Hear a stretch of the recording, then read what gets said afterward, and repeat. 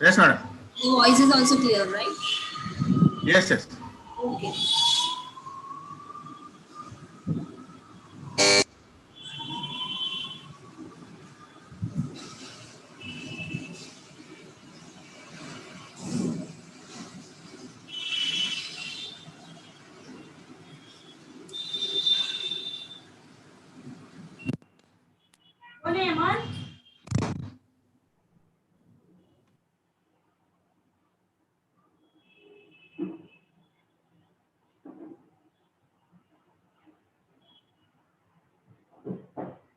Good morning, everybody.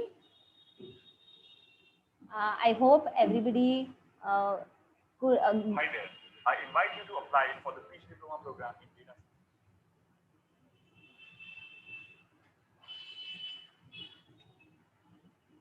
Good morning, everybody. I hope everybody got some benefit by last 2 days sessions. Today we'll be continuing with the company law session. Yesterday we started with a bit of it. We just did the characteristics of company law, this one, and lifting of corporate will concept, and some types of company, some kinds of company we discussed yesterday. Today we'll continue with the other part of company law, other sections of company law. In today's session, I'll be trying to cover as much as possible of company law, and the major parts, the major and the most important parts of company law I'll be covering. So let's start. Okay, yesterday we did all these types of company: statutory company, registered, chartered, limited by share company, limited by guarantee, unlimited liability company, private company, public company. Then public limited company has other two branches: listed, unlisted company, and government company, holding company, subsidiary company. All these types we did. Gaurav Singh is commenting that ma'am please Hindi में समझाओ. Gaurav Singh, I'll try to use both the languages.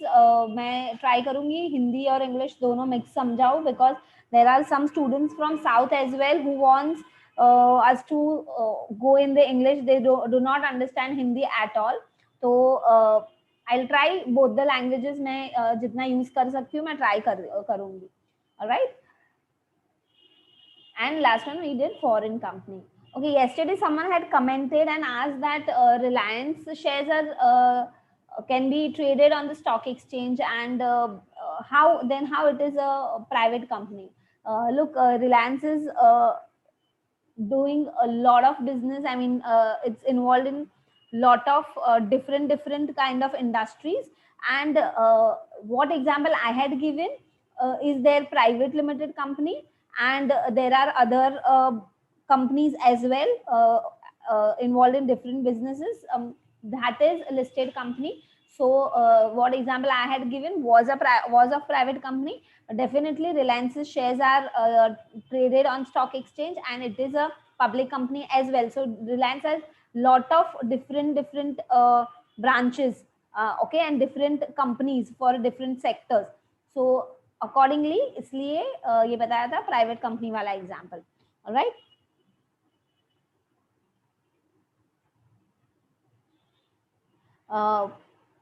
Priyu is saying that ma'am please go a little fast and try to cover whole corporate law. Definitely, and my intention is that only that today I'll be covering entire company law as much as possible.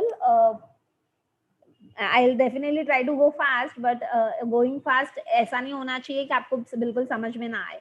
तो at least जितना समझ में आए उतना ही मैं speed रखूंगी, और definitely मैं ट्राई करूंगी कि जितना हो सके फिनिश करेंगे हम लोग corporate law. And Vasantha is asking, ma'am please tell important chapters in company law. Important chapters only I'll be covering. These types of company, directors, meetings part, all these are important. We cannot say anything is less important actually, because you guys don't have much option in your paper, but still directors part, meetings part, types of companies, characteristics of company. All these are important chapters, important part in the company law. Someone is asking, Aksa Nafees, at what time it will start? Dear, it has already started. That is why we are live, right? So you can attend it. Priyanka ma'am, section B, when will you teach? Okay.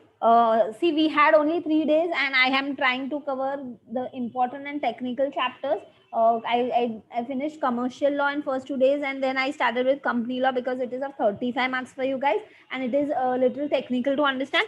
So section B, I don't know whether I'll be taking or no, but we'll see. Institute will take a call if we want to have, if you guys want other lectures, and if we can arrange for that, definitely then in those other lectures I'll be taking section B. But right now the lectures are only for 3 days, so whatever I felt best for you, I'm trying to cover those parts in these 3 days. All right, so I hope everybody's questions are answered. Now let us start with the company law, as some students commented that, ma'am, please go fast and finish it, finish entire thing.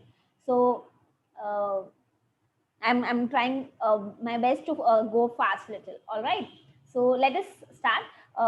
Yesterday we saw in kinds of company, one person company is a new type of company introduced in Companies Act 2013. Now this one person company, we also saw that it is a type of private company. ये एक private company का type है. One person company and small company दोनों private company का type है. So we'll go in detail. Once one person company, a quite important part in your company law. Questions can be asked on this. Case studies can also be asked on this. How case studies can be asked, I'll be discussing that also while explaining one person company. All right. So one person company is a company. By name only, you can understand that only one person can form a company. Generally in private and public company, what we see is minimum 2 persons are required, when minimum two members must start the company. But here by introducing this new concept of one person company in Companies Act 2013, Parliament, the government has allowed one person, single person, to start the company. This is kind of a beneficial thing for sole proprietor. Sole proprietors used to have unlimited liability when they alone used to run the business. Here they can form a corporate body, and then they can have limited liability. So that benefit they get by forming one person company.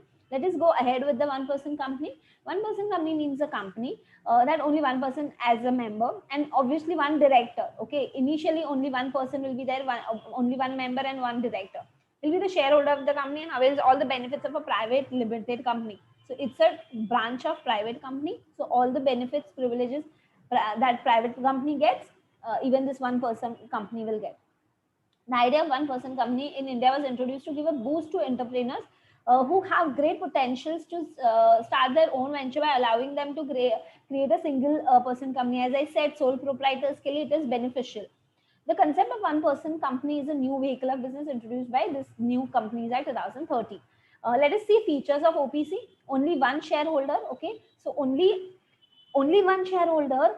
So like that, we all know that in normal type of company, any body corporates can also become a member. Okay, that is, one company can buy shares in another company and become member or shareholder of that other company. So it is allowed for body corporate, other body corporate, to become a member in any other body corporate. Okay, so that was allowed. But in OPC, since only one person is there, that person cannot be a body corporate. It has to be a natural person. All right, the first point I'm doing, only you can see on the slide, left hand side, first box, only one shareholder. So that person has to be natural person, an Indian citizen, an Indian resident. Resident is, everybody knows, I believe, 182 days at least they have stayed in India, then they become resident of India. So that person has to be natural person, an individual. Okay, and Indian citizen and resident compulsorily. That person can only become a member, that single person, in OPC. Then nominee. Okay, nominee concept is also there in OPC, which is not there in generally other types of company. So because only one shareholder is there and that person is a natural person, he may die. And what we see as a company's features, main one of the very important feature of companies, perpetual succession, that company's existence does not end by members coming in and going out. That is, if even if one member die, company's existence should not end. It will have a perpetual succession. It will die only a legal death, that is only by following the procedure of winding up company can end. But here, if only one shareholder is there, and what if he dies by accident or suddenly, then what happens to company? Company cannot be without a member at any point of time, correct? And company can die only legal death. So in such situation, OPC के लिए provision रखा है that that one person has to appoint a nominee, and that nominee will become a member whenever this natural person dies or becomes unsound, becomes of unsound mind, or becomes insolvent. All right. So this nominee has to be appointed while incorporating OPC. This nominee also supposed to be natural person, Indian resident, and Indian resident and Indian citizen. All right. So these conditions has to be satisfied. This middle box you can see nominee for shareholder.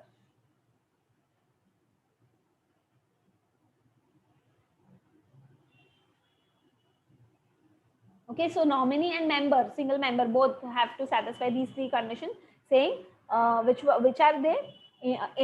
Natural person, Indian citizen, and Indian resident. All right. Then limited liability concept, of course, that is there as a one of the important, very, very important feature and a very big advantage in the company. So that is why sole proprietors can form this type of company and have unlimited liability. They are not supposed to pay the creditors of company out of their own pockets. Okay, so that limited liability feature here in OPC also the single person who forms the company gets. Next is easy transferability of shares. Of course, transferable shares become easily transferable. No doubt it's a private company, so there are some restrictions applicable. But if those restrictions are followed, then the shares are easily transferred. Then separate legal entity, just like any other body corporate, this OPC will also have a separate legal entity. So member, that single member is different, and the company's existence, company's identity, legal identity is different. All right. Next is easy funding. When you get a corporate, when you are in a corporate structure, when you become a corporate body, it is more reliable because you do compliances with ROC, with government, and government takes care that no public is having problem because of the company. So because of that, there is trust in companies, okay, rather than a private business. If a sole proprietor is running private business, nobody will be ready to fund it that easily. But rather, in case of OPC, here easy funding can be obtained because of the corporate structure and because government's compliances and all. There is a trust in the public. All right. Director, here also, since only one person, director will be also one. Only a minimum one director is required to form OPC. Maximum, in just like any other company, 15 directors can be there. All right. So these are the features of OPC.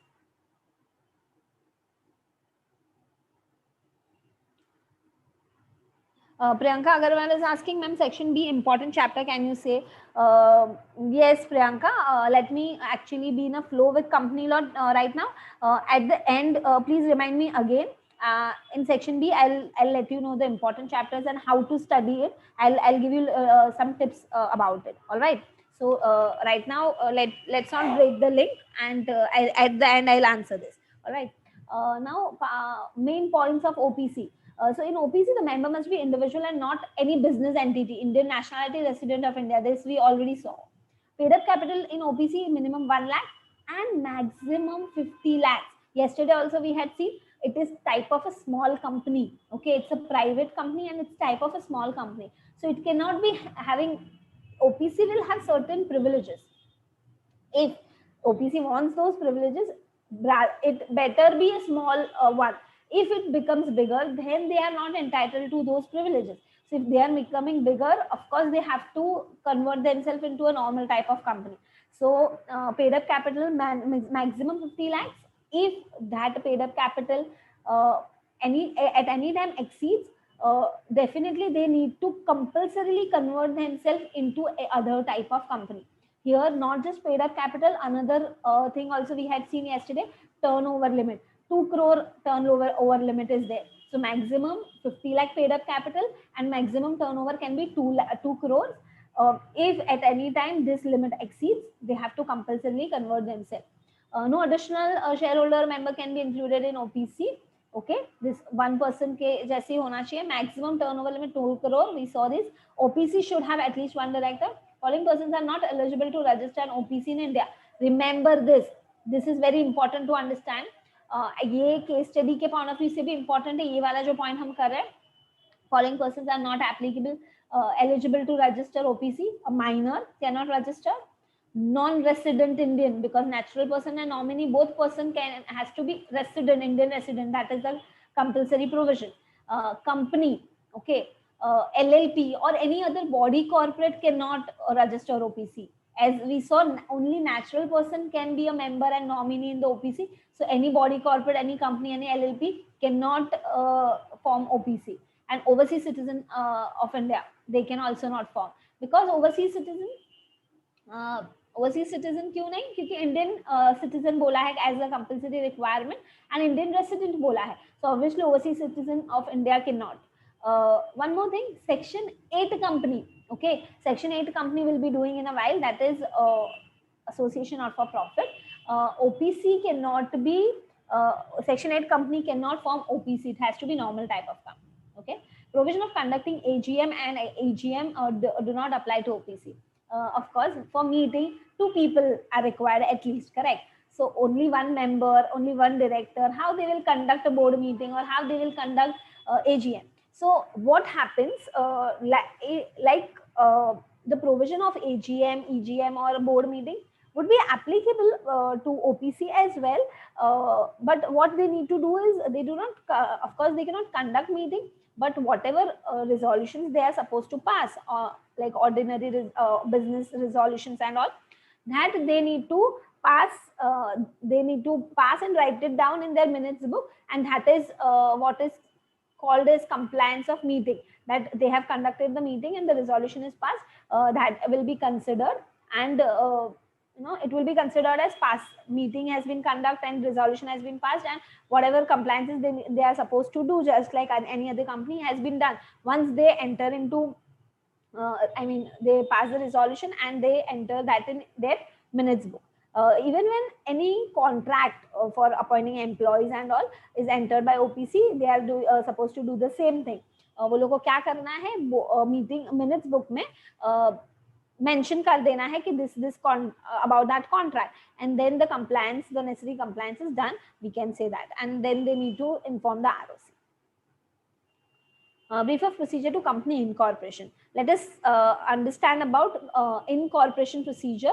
How company is incorporated, what are they supposed to do stepwise. So this is very easy way to remember this table. From this table, first of all, obtain digital signature certificate. So directors of company and other CS, CFO and all the KMPs, key managerial personals, will be signing important documents on behalf of company. So for that purpose, they need to obtain digital signature, and for that they need to apply to central government, and then they get digital signature certificate, and then they can impose their digital signature on any important documents of the company. So obtain digital signature certificate, okay, from authorized DSC issuing authority, that is central government के departments होते हैं इसके लिए. Then obtain DIN number, that is director identification number. Director, no person can act as a director without obtaining this DIN number, okay. So make application for that in DIR 3. Then register DSC in the name of digital signature certificate in the name of director on MCA portal. Then they need to go to MCA 21 site, Ministry of Corporate Affairs, and register this DSC. Then apply for reservation of name. Then they are incorporating a new company, so they need to give some options, around 5 to 6 options they need to give to ROC. how we had seen in LLP, 2 options need to be given. Here, at least 5-6 options need to be given to the ROC. ROC will check with if the name is not matching with other company or not identical to any other company, and whatever name is available, ROC will give. Once ROC gives confirmation about any name, it is available for adoption within 60 days. That is, उनको वो नाम रख लेना है within 60 days, otherwise it will lapse. वापस उनको नए नाम के लिए अप्लाई करना पड़ेगा after 60 days if they do not complete the procedure of forming the company and keeping the name. तो उनको 60 days के बाद वापस नए नाम के लिए अप्लाई करना पड़ेगा. So it will be it is reserved only for 60 days. Next procedure is getting consent of a person to become its nominee in form INC3. ये OPC के लिए applicable होगा. So OPC में if the member wants to appoint a nominee, the nominee also supposed to give the consent. सिर्फ member को चाहिए कि ये नॉमिनी बन गया तो ये बन नहीं चाहता है, नॉमिनी को भी कंसेंट देना पड़ेगा that yes, I am ready to become member if you are not there. Okay, so like that उनको consent लेना पड़ेगा. Drafting and printing of memorandum and articles of association. Then of course this is very important step in for forming any type of company, may it be public, private, OPC, any type of company. So memorandum and articles of associations are the most important documents, the charters of the company. They are supposed to draft and print and file with ROC later. Okay. Then filing of INC2, DR12, except where promoter is the sole director, and INC22. So DR12 OPC में the only director is not supposed to file, but in other types of company DR12 is supposed to be filed. So INC2, DR12 and INC22, these 3 forms are supposed to be filed with ROC. Then later when they want to now once all this happens, certificate of incorporation will be given by the ROC to the company, and then they can commence the business. But for commencing the business, they are supposed to file a declaration with ROC in form INC 21. Okay, then only they can commence their business. And last, register office they need to establish. Earlier, what used to happen in the old, when the old 1956 Act, Companies Act 1956 Act was there, what used to happen was a lot of fraud companies were established, a lot of companies were incorporated just for namesake, and then a lot of frauds were going on. That is, the company never used to have any business, never used to have any registered office, or never used to have any employees. Just नाम के लिए बना के रखा है और उसके नाम पे फिर सब गलत काम होते थे. Okay, so for eliminating this procedure, for removing this procedure, registered office concept is given. That is, every company must have registered office within 15 days of incorporation. After completion of incorporation, within 15 days it has to be there, registered office को होना ही चाहिए. And there any one of the professionals, CA, CS, cost accountant और advocate, किसी को भी उधर लेके जाना है, registered office है, check करके he will give a confirmation, verification that yes, the office is actually at this place, and then वो verification भी ROC के पास file करना है. If that verification by any chance turns out to be false, वो professional का certificate, practice certificate चला जाएगा. सो ऐसे ही कोई भी नहीं दे सकते हैं वेरिफिकेशन, राइट, गलत verification. So company shall have a registered office within 15 days of incorporation, and it shall file form INC 22, that is verification, within 30 days to verify the same. Okay, so एक professional verify करके देगा और वो form भी फिर उनको INC 22 file करना है. So this is the procedure of incorporation.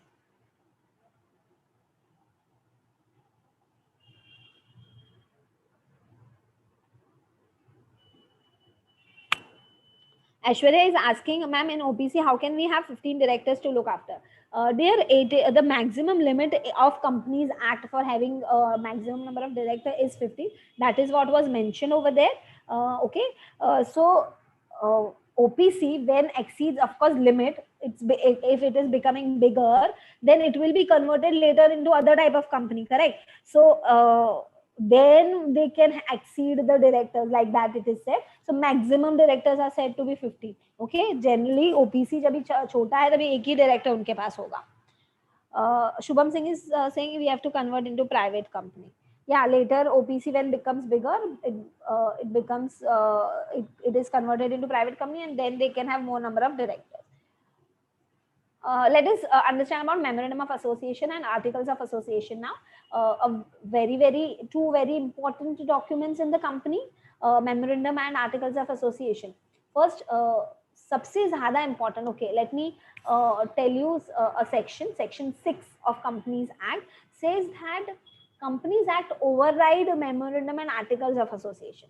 Now, before explaining Memorandum and Article, I want to cover this because you need to understand that Companies Act is superior of any other documents. Okay, so Memorandum or Article से भी superior क्या है? Companies Act. So if anything is written in Companies Act is contradicting with Memorandum of Association or Articles of Association, definitely Companies Act will prevail. Companies Act में जो लिखा है वो follow करना है, ठीक है? Now Companies Act is superior. उसके बाद आता है Memorandum of Association और उसके बाद आता है Articles of Association. So इससे हम समझ सकते हैं कि Memorandum और Articles of Association में कोई contradiction है तो Memorandum will prevail. Memorandum वाला follow करना है. And of course Companies Act और Articles of Association या Memorandum of Association में कुछ contradiction है तो Companies Act ही follow होगा. So Companies Act is superior. उसके बाद आता है Memorandum of Association, उसके rules important होंगे और फिर Articles of Association के rules important होंगे. So let us understand what is Memorandum of Association. It is the first and most important document to be filed with the registrar at the time of incorporation. At the time of incorporation only, the Memorandum of Association is supposed to be made and filed. Okay. Then it is the first and most important document. It's in fact the foundation on which the structure of the company is based. It's a charter of the company and it defines the limitation and powers. It defines the limitation and powers of the company, that what a company can do, what kind of business company can do, and what kind of business company cannot do. That is what we can come to know from MOA. So any outsider when dealing with the company can come to know what the company can do and what are not within the powers of company through MOA. By looking at the MOA, they can come to know.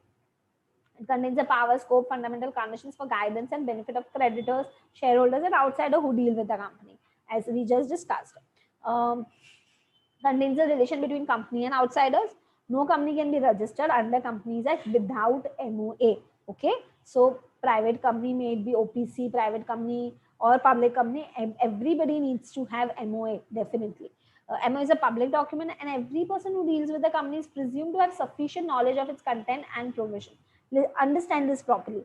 MOA is a public document. That is, when company is registered, MOA is filed with ROC, and then at every time until company is wound up, always MOA will be there at ROC's office of every company. So whenever you want to deal with any particular company, you can go and you can check MOA. It's a public document. You can check it. MC21 site पे भी available होता है. So you can go and you can check MOA at any point of time, and you must have knowledge of it. So whenever you are dealing with the company, if you do not have knowledge and any wrong happens with you, any fraud happens with you, then you will be you cannot go to the court, you cannot take the company to the court if you do not have knowledge of MOA. So you must know what is written in the MOA, what are in the object clause of MOA, what are within the powers of company to do or not to do.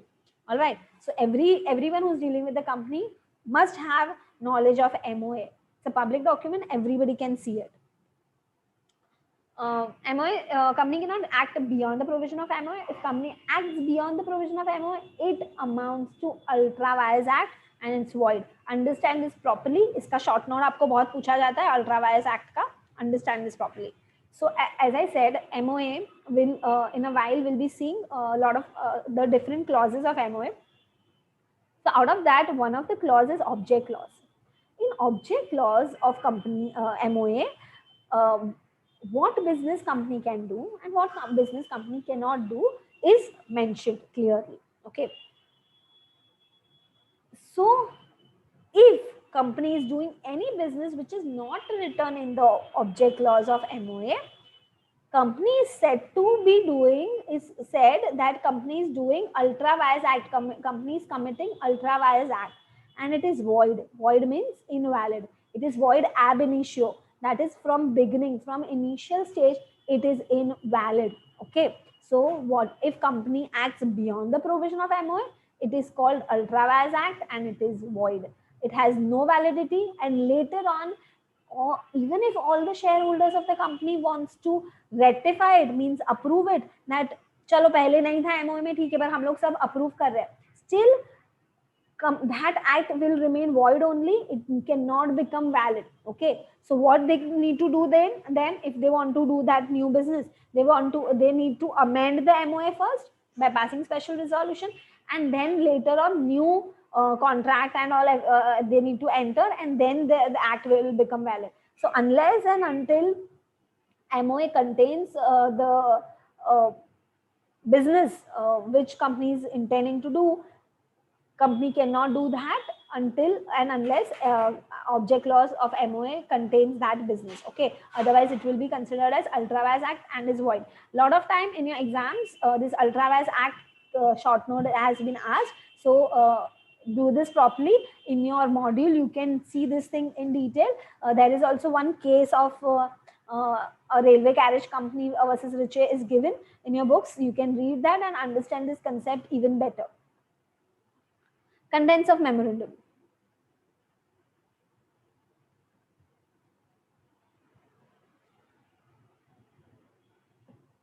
Contents of memorandum.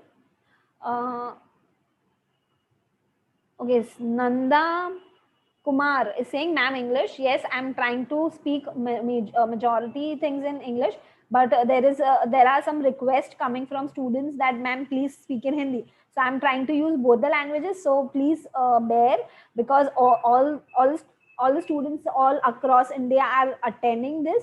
So मुझे चाहिए सब, everybody must get maximum benefit. Okay, तो दोनों languages I am trying to use both the languages. तो आपको ये समझना है कि आपको इंग्लिश में समझ में आ रहा है. I am speaking majority 70-80% in English only, but some part I'll be talking in Hindi as well, so that other students who do not understand English can understand. All right, so let us understand about contents of memorandum. There are 6 clauses in memorandum. Name clause, registered clause. This is not registered, it's there's a mistake, registered office clause, but this is actually called situation clause. The second clause name is situation clause. Registered office clause is actually called situation clause. Then object clause, liability clause, capital clause, and association or subscription clause. Okay. Name clause will contain a name of the company. Okay, and after that, then private limited or limited, you can see. If it's a private company, private limited word will be written. If it's a public company, limited word will be written. Okay, so by looking at the name clause, you can come to know whether it's a private company or a public company.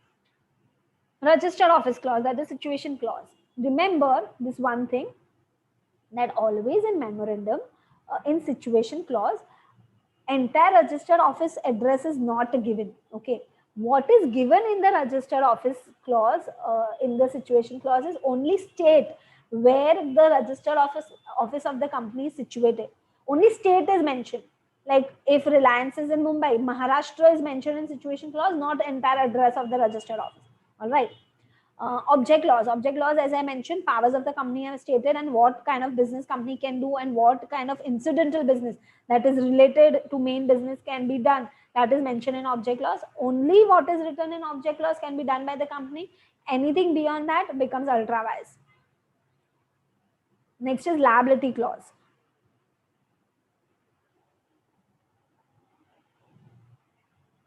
Liabilities clause. Liability clause is whether companies limited with limited by shares, with limited liability by shares, or limited by guarantee, or unlimited liability wala company. What kind of company it is? ये आपको liability clause से पता चलेगा. Next is capital clause. You know there are different types of capital: authorized capital, issued capital, subscribed capital, paid up capital, etc. So in capital clause specifically, authorized capital of the company is written. That is how much capital a company can raise in entire lifetime of the company, in entire span of company, that is mentioned in capital clause. So authorized capital is mentioned that पूरे company के life time में company कितना raise कर सकती है, कितना amount बाहर से एज अ आईपीओ और एफपीओ के थ्रू ला सकती है, ये कैपिटल क्लॉज में ऑथराइज्ड कैपिटल मेंशन किया होता है. And next is the association or subscription clause. It's called the subscription clause. All the subscriber to the memorandum sign in this. Okay. So when it's a private company, minimum 2 members is required to form a company, and when it is a public company, minimum 7 members are required to form a company. So at least when the company is formed, at least 7 members will subscribe to the memorandum. That is, they will assign in the memorandum. Subscription clause is like name of the members are given, then how much shares they are ready to subscribe, they are undertaking to subscribe in the upcoming company, that is mentioned, and their sign is there after that. So that, like that, 3 columns are there in subscription clause. Minimum 2 members will subscribe in case of private company. In case of public company, minimum 7 members will subscribe. Okay, so that is association or subscription clause. So by looking at the subscription clause also, you can come to know what type of company it is. So these are 6 different clauses of memorandum, and this is how memorandum is. Section 13 is about memorandum. Now, alteration of clauses in memorandum. Now, memorandum is very, very important document in the company. So, company can take a call when to change the clauses and when there is a need to change, and whenever there is a need to change, remember this. There are 2 kind of. Let me first discuss about this. That there are 2 kind of resolutions in the company. Resolution means taking decision. Okay. So ordinary resolution can be passed and special resolution can be passed. Ordinary resolution के लिए क्या करना होगा? Minimum 51% out of total members में से minimum 51% if approves, says yes for any decision, that means ordinary resolution is passed. So for 49% and 51%. So 51% becomes majority. So anything beyond 51% and at least 51%, then we can say ordinary resolution is passed. And whenever some very important kind of decision has to be taken, company needs to pass special resolution. All these are mentioned in the Companies Act itself, that when company needs to pass ordinary and when company needs to pass special resolution. So when very, very important kind of decisions are supposed to be taken, company needs to pass special resolution. Special resolution में minimum 75% members needs to approve for a decision, then special resolution is said to be passed. Okay, so remember, since memorandum is very, very important document in the company, always for majority of the clauses, only 2 exceptions are there, for rectification of name clause and for changing name is a different thing, and rectification of name clause is different, and we'll be dealing with that in a while. But for rectification of name clause and for changing the capital clause, only these 2 requires ordinary resolution. Rest all of them require special resolution. Since memorandum is a very, very important document, कुछ भी उसमें change करना है, it's a very important thing. Special resolution is needed. Remember that way. So special resolution, company may by passing special resolution alter its name. Alter means changing its name. Okay, and one thing is special resolution needs to be passed by calling members meeting, shareholders meeting. 75% उसमें votes लेने हैं favor में for changing the name, with the approval of central government. And second requirement is central government का भी approval लेना है. If the alteration involves change of the name to private limited or public limited, permission of central government is not required. So if company needs to change entire name, okay, say for example my company's name earlier was Nidhi company, and now I want to make it Riddhi company. Okay, so I'm changing entire name of the company. I need to do two things: special resolution plus central government approval. But say for example I'm converting myself from private company from public company. So earlier it was Nidhi Private Limited Company. Now it is Nidhi Public Limited Company. Okay. So I need to just change the private limited word में से मेरे को limited word लिखना है, right? When it's a private company, you write private limited, And when it is a public limited company, you write just limited. So you want to just alter that private, remove karna hai, add karna hai, when you are converting from private to public or public to private. Then central government approval is not required. Only special resolution is required. Nothing else. All right. Next is ordinary resolution. This is for rectification of name of company. Remember, in case of company has been registered with a name which resembles a name of existing company, किसी और company जैसा उनका नाम है, the central government may ask it to change its name. Central government will order the company that you have to change the name. In such case, ordinary resolution is sufficient. बस उतना ही करना है. And within 3 months, central government का order comply करना होता है. Change of register office. So register office can be changed in various ways.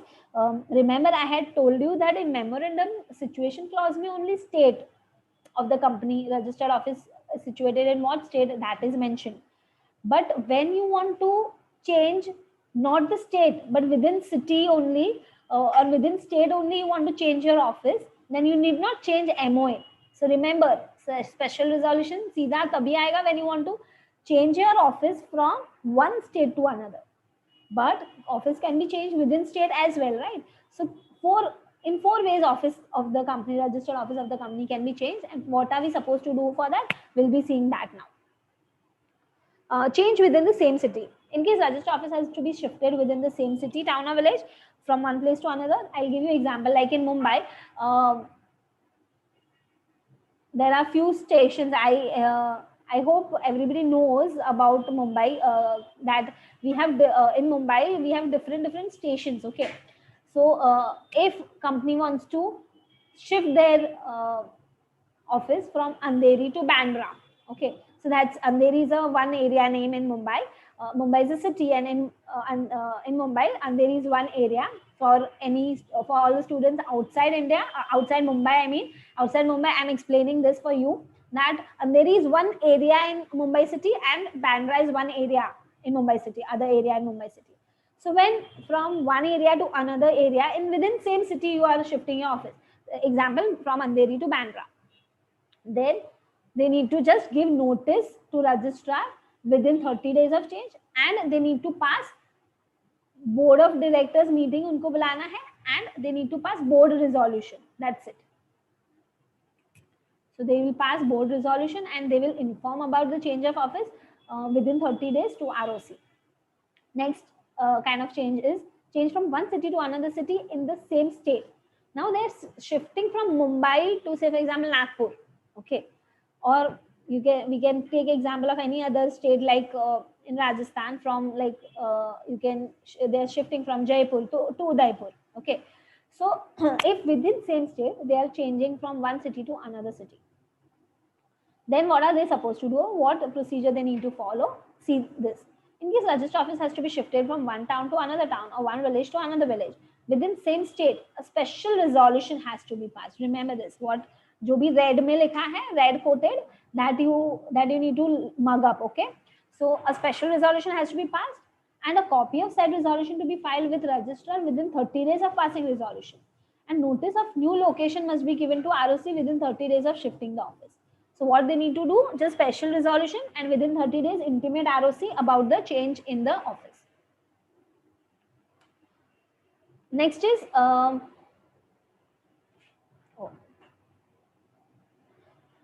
it seems that one of the slide is missing. So two more ways to change the registered office. I'll tell you orally. That change when there is a change from one city to another city in the same state, but jurisdiction of ROC changes. So let me tell you this, in India, in all the states, for one state there is one ROC, but only there are two such states where there are two ROC. It is Maharashtra and Tamil Nadu. In these two states, within same state, there are two ROC. Okay. So in Tamil Nadu and in Maharashtra, there are two ROC. So for Mumbai region in Maharashtra, there is one ROC because there are a lot of companies in Mumbai. Okay. So for looking after Mumbai specifically, there is one ROC, and outside Mumbai के पूरे महाराष्ट्र के लिए there is one another ROC. So when, say for example, my company is getting shifted from Mumbai to Pune, ROC's jurisdiction will also change. In such situation, company needs to pass special resolution and they need to take approval of regional director, जो भी western region, northern region, southern reason और eastern region के चारों reason में एक एक regional director होते हैं. तो इसमें से regional director, western regional director का अप्रूवल मेरी कंपनी को लेना पड़ेगा when it is getting shifted from Mumbai to Pune.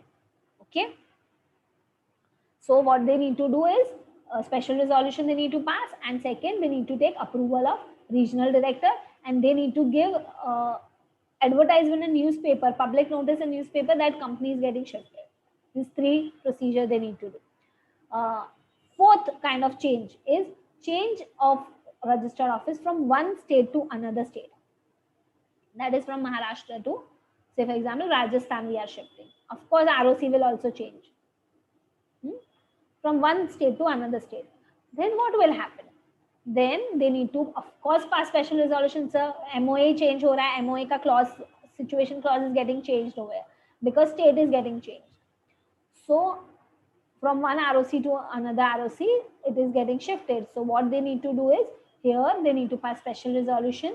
Here also they need to take permission of regional director, and new certificate of incorporation will be granted by new ROC of where the office is getting shifted. Wo state ka ROC will give the new certificate of incorporation.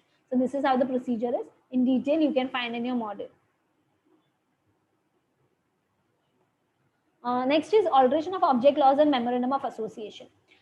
Third clause, object clause, very important clause because it is stating the powers of the company, what company can do and what company cannot do. That is what we can come to know through object clause. Okay, so company can alter its object clause by passing special resolution, and it can be done only for following reasons. What kind of reasons? Just see them. 4 reasons. यही reason के लिए object clause change हो सकता है, otherwise not. And just simply special resolution pass karna hai, and within 30 days of passing resolution they need to intimate to ROC. This will be common in every clause, that within 30 days they need to inform ROC. Even if it is not mentioned in all the points, please remember that whenever any kind of resolution is passed, maybe ordinary or special, they need to inform ROC within 30 days. That's common in every topic of alteration.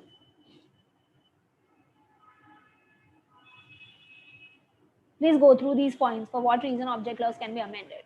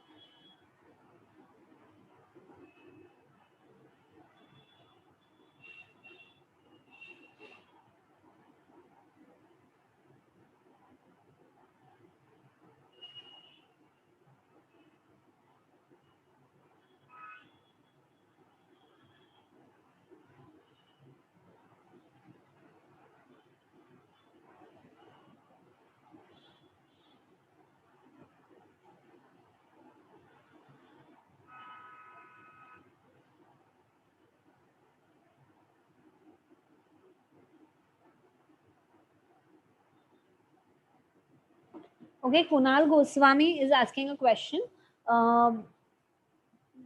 That TCS and Reliance had given example for private company.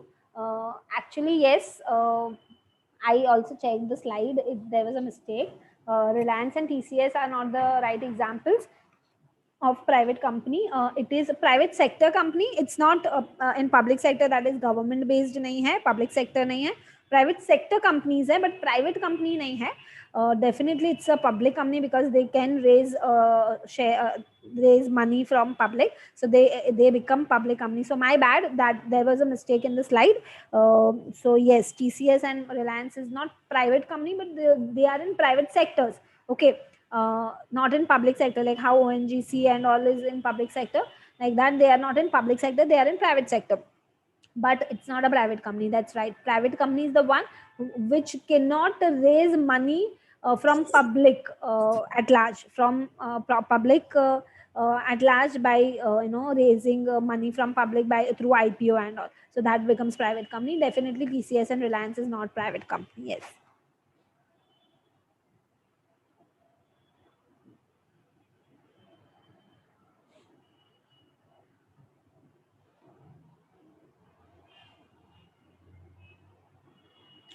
Let us move to next clause, alteration of liability clause and in MOA. Liability clause can be altered only when a public company is converted to a private company. Okay. That is the case, of course, because it becomes private limited to public limited. And otherwise also liability clause can be changed whenever a company wants to make themselves unlimited liability wala company or limited by guarantee. But this actually happens only, so during the lifetime of company, this liability cannot be changed. Actually, it can be changed only when private to public it happens. But when they are making the company, while incorporating the company, actually when the incorporation takes place during the registration phase, only they need to decide limited liability wala hoga, unlimited liability wala hoga, or limited by guarantee wala hoga. Alteration of capital is in Memorandum of Association. I told you that it is the authorized capital which is mentioned in alteration of capital clause. Okay, so in alteration in capital clause, authorized capital is mentioned. So whenever company wants to change that, the capital clause is said to be changed. That is the one way to alter it. Second way is, along with authorized capital, they also mention the division of shares, the bifurcation of shares. That if, say for example, my company's authorized capital is 1 crore rupee, then 10 lakh shares of rupees 10 each. That way will be written. Okay, so 10 lakh shares of rupees 10 each. So face value of share is 10. That way it can be written. So now if I change my bifurcation, saying that 1 lakh share of rupees 100 each, so that is sub consolidating shares. Or if it is earlier 1 lakh share of rupees 100 each, and then I'm making 10 lakh share of rupees 10 each, then subdivision of share it is called. So like that, also the capital clause can be changed, and conversion of shares into stock. That is how also capital clause can be changed. Okay, so in these manner, capital clause can be changed.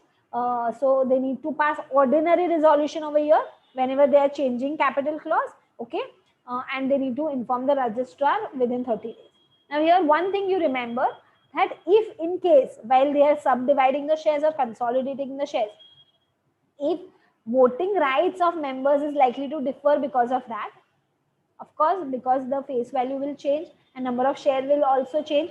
So number of shares के base पे तो अगर उनको voting rights है, तो ऐसे case में what will happen is number of their voting rights will change. Then in such case they need to take approval of tribunal as well. So within ordinary resolution pass करना है, within 30 days ROC को inform करना है. And if voting rights are getting changed because of the amendment alteration, then they need to take approval of tribunal also. Tribunal here is NCLT, National Company Law Tribunal.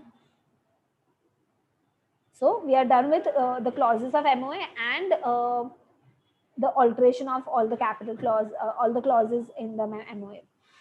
Now let us move ahead with section 8 company. Okay, this is another type of company. Section 8 company, very, very important.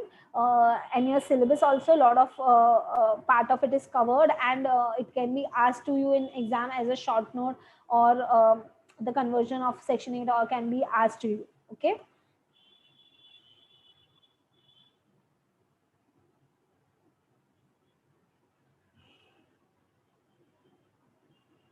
Omkar Patil is asking, shifting of registered office from one state to union territory, what is the procedure? There it will be the same. It will be same as shifting of registered office from one state to another. It will be like say same procedure only.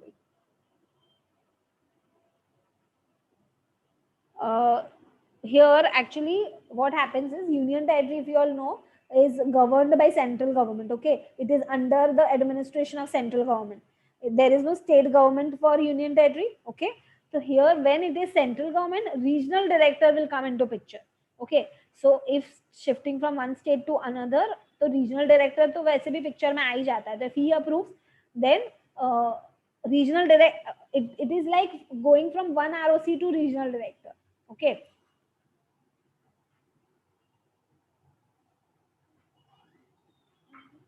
Then Nanda Kumar is saying, ma'am, share notes. Okay, I've been saying this since 3 days that PPT, this lectures are going to be available on YouTube now on. So you can see all these slides on YouTube anytime you want. So there is no point of sharing the notes. So no, notes won't be shared. It's going to be there on YouTube. You can check anytime you want. Let us do now Section 8 company. Meaning of non-profit making company. Okay, so this is association not for profit. Section 8 company is called association not for profit. So these companies, what are they supposed to do? So company which has in its object the promotion of commerce, arts, science, sports, education, research, social welfare, regional, religion, charity, protection of environment, or any other such object. So this non-profit making company can be for any of these purpose, for promotion of any of this purpose, and it intends to apply its profits for if any or other income in promoting these objects only, and intends to prohibit the payment of dividend to its members. Then only it can register themselves as Section 8 company. Okay, so it, for registering it as a Section 8 company, these three conditions, these three things has to be there. They need to have the as a object promotion of any of these particular things, or and they need to apply their profits only for promoting that cause, and they need to there has to be prohibition on payment of dividend. Okay, so they cannot pay dividend to its members because they cannot share profits. Profit has to be applied in promoting the object only. So there has to be prohibition on payment of dividend. Then only Section 8 company will have these things for sure. Now, formation of companies with charitable objects, how they need to form. So they need to apply to central government for license for working as a Section 8 company, for working as a non-profit company. And once central government grants them license, central government will check these three things, these three conditions. If these are getting satisfied, central government will grant license to work as a Section 8 company. If government has granted license, whatever conditions on based on which government has granted license, they need to comply with that. And once government grants a license, they get a different kind of privilege. You know what kind of privilege? They need not apply the word limited or private limited behind its name. If it's a private company, they need not apply private limited, and if it's a public company, they need not apply public limited word behind its name. There will be just a name and no private limited or limited word behind its name. So that is that kind of privilege they get when the central government gives license to them to work as a Section 8 company. And thereupon the registrar shall, on application in the prescribed form, register person or association. Once central government gives license, then only registrar in their register will enter the name of this type of company. Profit or income of company shall be applied only for promotion of the main object. This we already saw. Here, declaration of dividend is prohibited. no member shall be appointed as a remunerated officer. So all members will be working for free for promotion of object. There cannot be any remuneration paid to member. Okay. No remuneration or benefit shall be paid to member being a servant officer of the company. Yeah, except reimbursement of pocket expenses, reasonable interest or money lent. If they are lending money to the company, so interest can be paid to them. If they have made expenses on behalf of company, the company will bear it. So they will get at least reimbursement of that. So that all they will get, but no working fees. Okay, no remuneration for working. Then a company registered under this section shall not alter the provision of its memorandum or articles except with the previous approval of central government. Of course, because central government, by after looking at their MOA that they are promoting these objects in their object laws, because they have seen, they have granted license, central government. If you later on change it, then there is no point of that license, correct? So company needs to take approval of central government before changing the MOA or articles. Then its income is taxable according to applicable rates similar to those applying to other companies. It's not that because they are NPO, their income is not taxable. Definitely their income is taxable just like any other company. So that was section 8 company. Yeah. Two more things about this section 8 company, which is not covered in the slide. I'm telling you orally that whenever this company ceases to promote the objects that they have written in their MOA, then at any time ROC or central government feels that this company needs to be wound up, or then they can order the winding up of that company. One thing. Second, if they are not promoting those objects anymore, or they are not in the capacity to promote the objects anymore, then government, the ROC or central government can amalgamate the company with other company having similar objects. Okay, so ye company, say for example, was promoting the charitable object, then company will be amalgamated. The government, central government will order the company to be amalgamated with other company which has similar object of charity.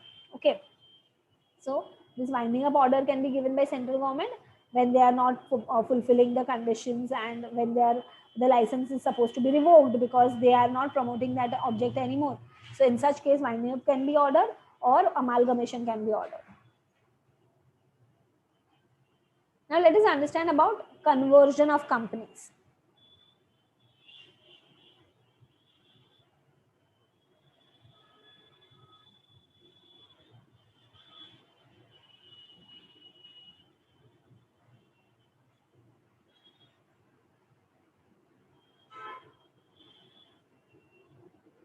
Okay, I'm zooming little because it's quite small font, so I'm zooming little so that you can read it.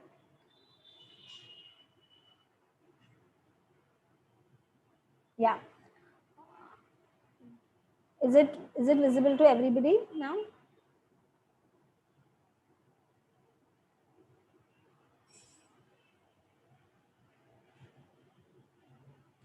Okay. Now let's understand this. Private company to public company first. Conversion of company. When private company wants to get converted into public company, what happens? So company needs to pass special resolution in general meeting, that is members shareholders meeting, and file form INC 27 with our registrar. And then third step is file MGT 14 for special resolution. So three things private company needs to do to get converted into public company: special resolution, file form INC 27 with ROC, and form MGT 14 for special resolution. This form is always common. Special resolution जब भी pass किया जाता है, always form MGT 14 is filed. Okay. So they need to undergo these three procedures. All right. Now one more thing I would like to add over here. Remember this, that whenever private company registers themselves as a private company, they, in their articles of association, they enter three restrictions. Which three restrictions? First is on maximum number of members.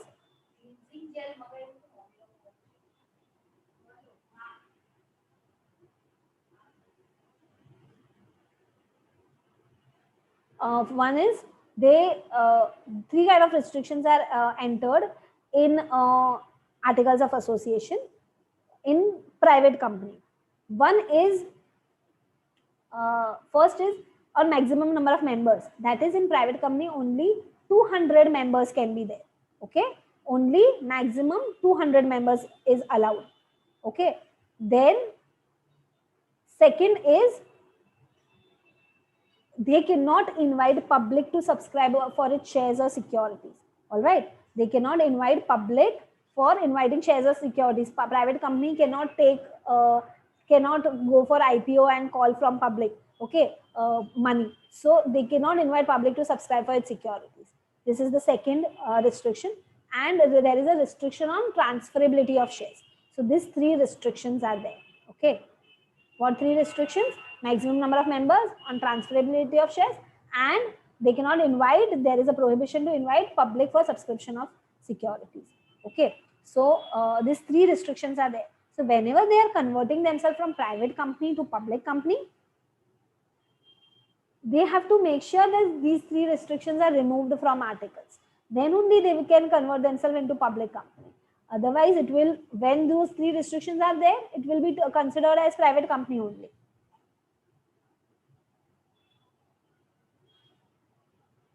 Next is public to private company. When the public company wants to get converted into private company, of course, these three restrictions won't be there earlier in public company. These three restrictions and articles, they have to add in now private company. ये private company में convert हो रहा है, तो उनके articles of association में they need to add these three restrictions and follow this procedure given.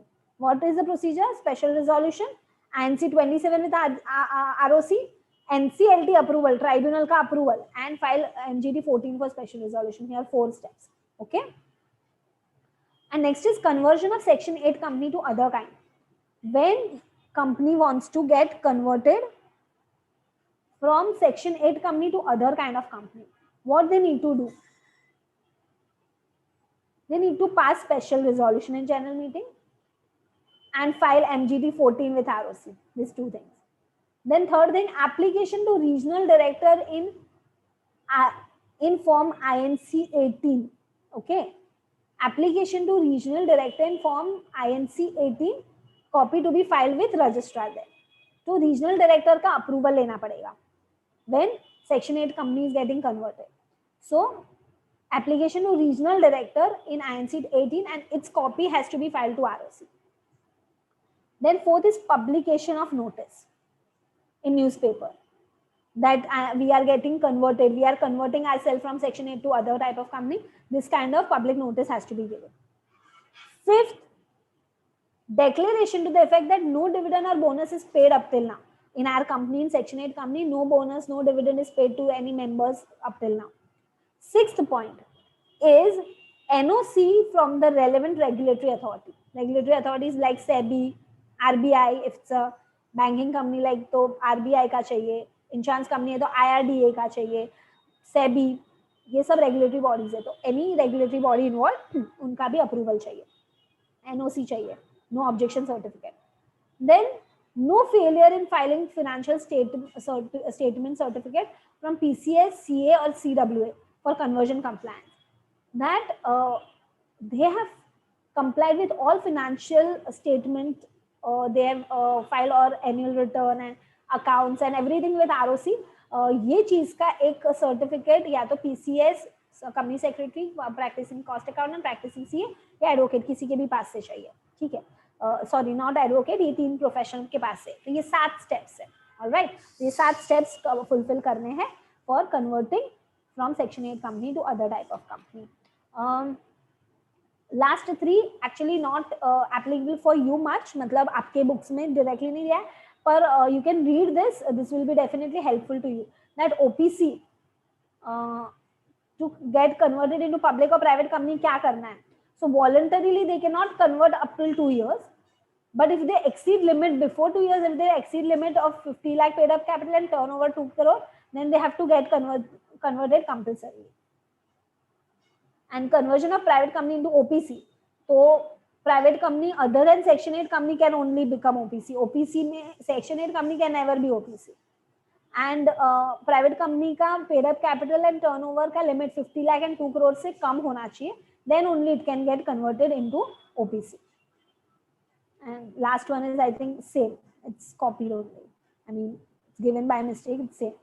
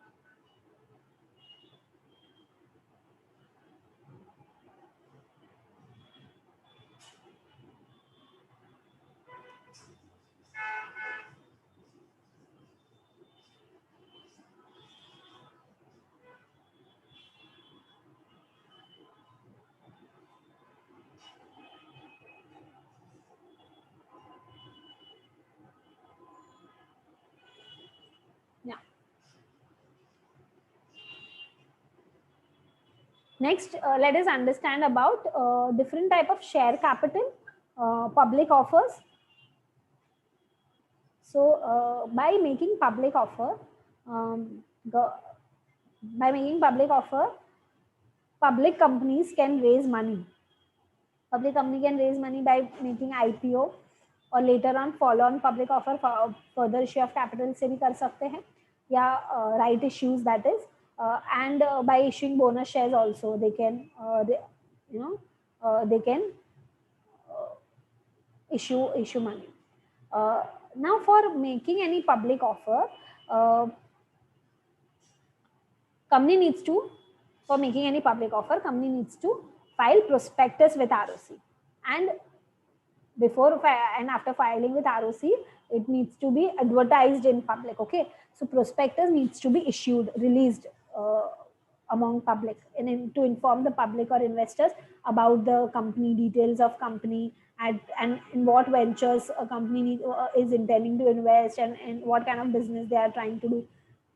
All these things they need to inform to public, and by reading that a company can file for the application of shares, and then they can invest money in the company. So prospectus, the meaning of prospectus, it's a legal document basically, and for inviting any kind of securities, not just shares, for debentures, bonds, for selling any security and inviting public to subscribe for it, prospectus is issued. Go through this slide quickly.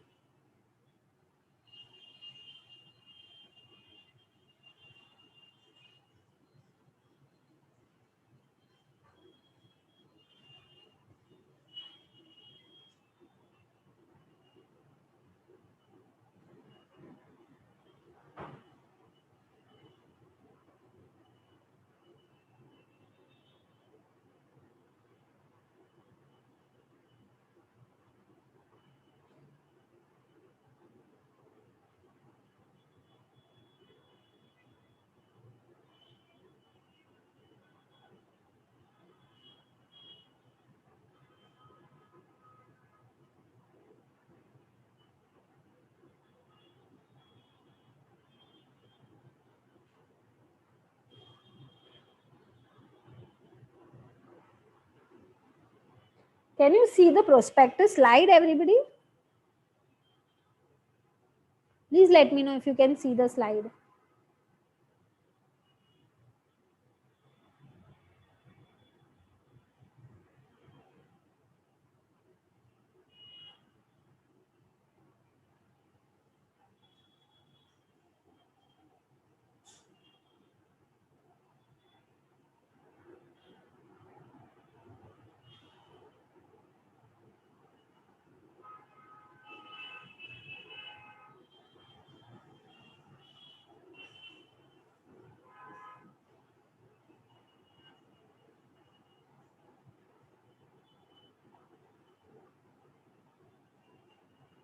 Wait a minute.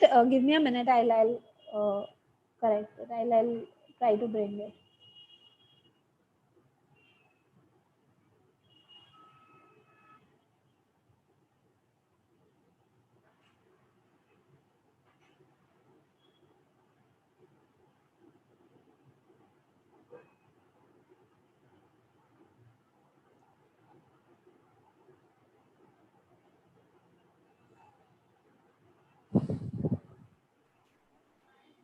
Madam उसको enable कर दीजिए ना, enable editing, Sorry. Enable editing, enable top में देखो, tell me what about you है ना last में इधर,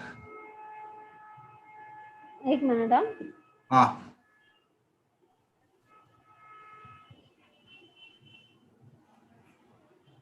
Enable editing. हाँ वो ऑन करूँ हाँ, उस क्लिक कर दो उसके ऊपर. तो उससे तो एडिटिंग होगा ना सर. अच्छा अभी दिख रहा है लेकिन प्रोस्पेक्ट्स मीनिंग वही ना, ये स्लाइड दिख रहा है अभी बराबर. एक मिनट. हाँ स्लाइड शो करती हूँ वापस.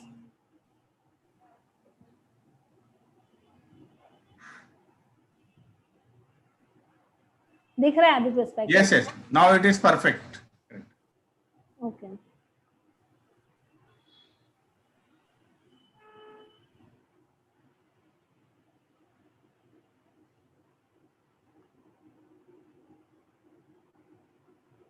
On YouTube, I think conversion slide is only there because students are commenting, and even I cannot see on YouTube prospectus ka slide yet.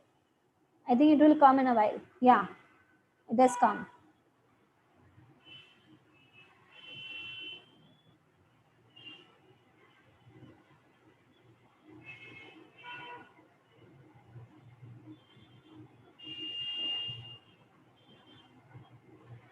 Yeah, please go through this slide, everybody. Read about the prospectus.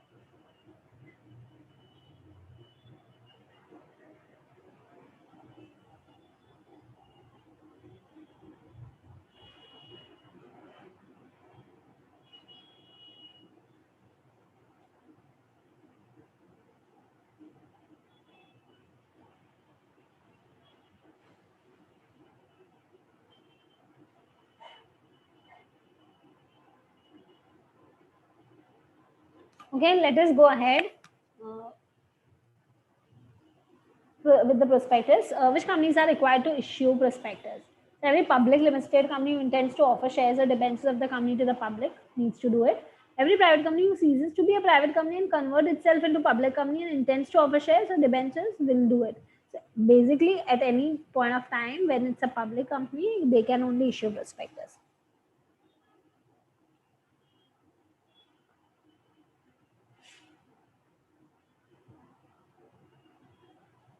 Now let us understand about the different types of prospectus: abridged prospectus and deemed prospectus, shelf prospectus, and red herring prospectus. Now deemed prospectus.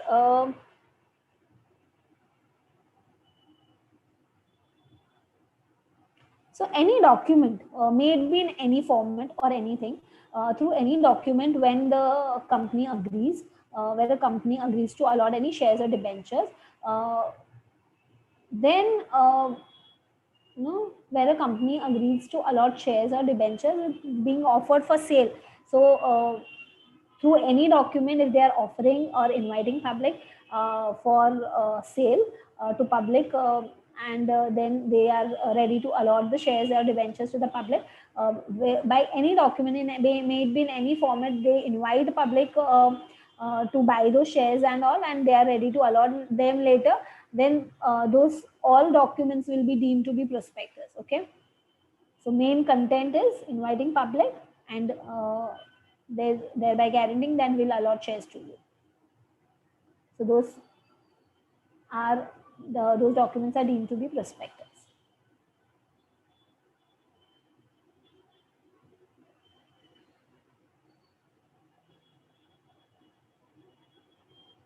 But there are some conditions. See, in blue it is written the conditions that once the prospectus is issued within 6 months, the the offer of the shares for public has to be made. Okay, and then at the date when the offer was made, the whole consideration to be received by the company in respect of the shares or debentures had not been received by it. Okay, so when offer was made, the whole consideration is to be received by the company. Means pehle jo call 1, call 2, application money, allotment money, this thing is not there anymore. Entire money company needs to receive whenever they the public is making offer, application money.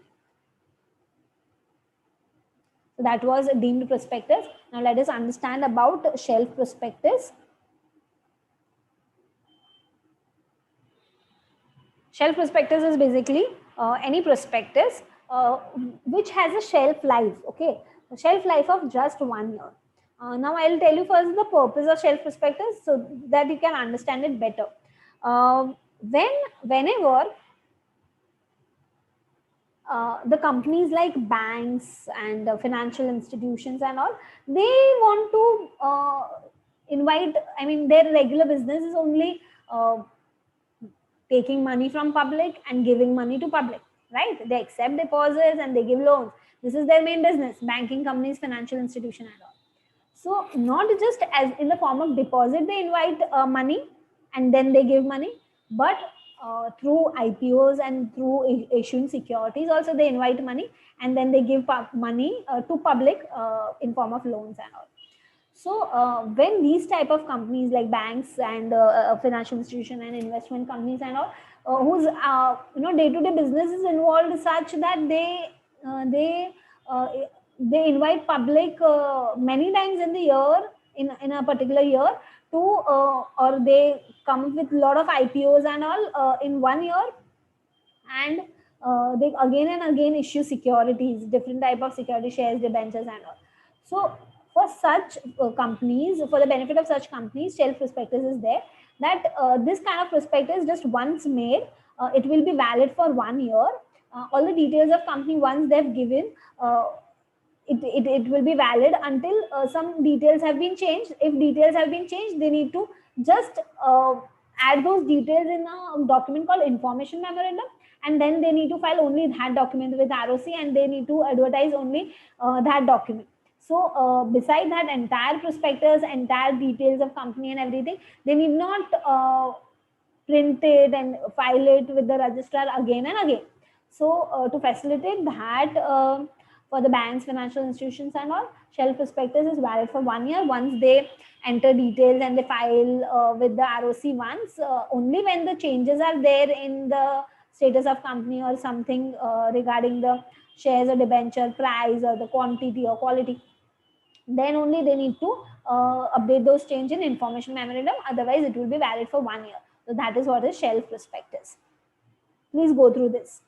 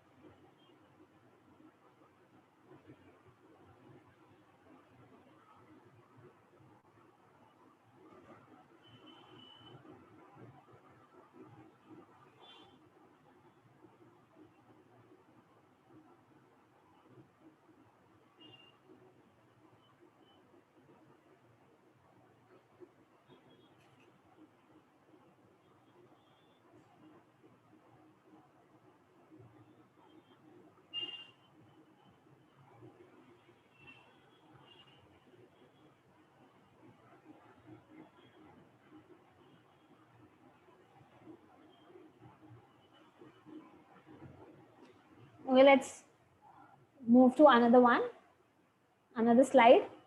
It's continuation of shelf prospectus.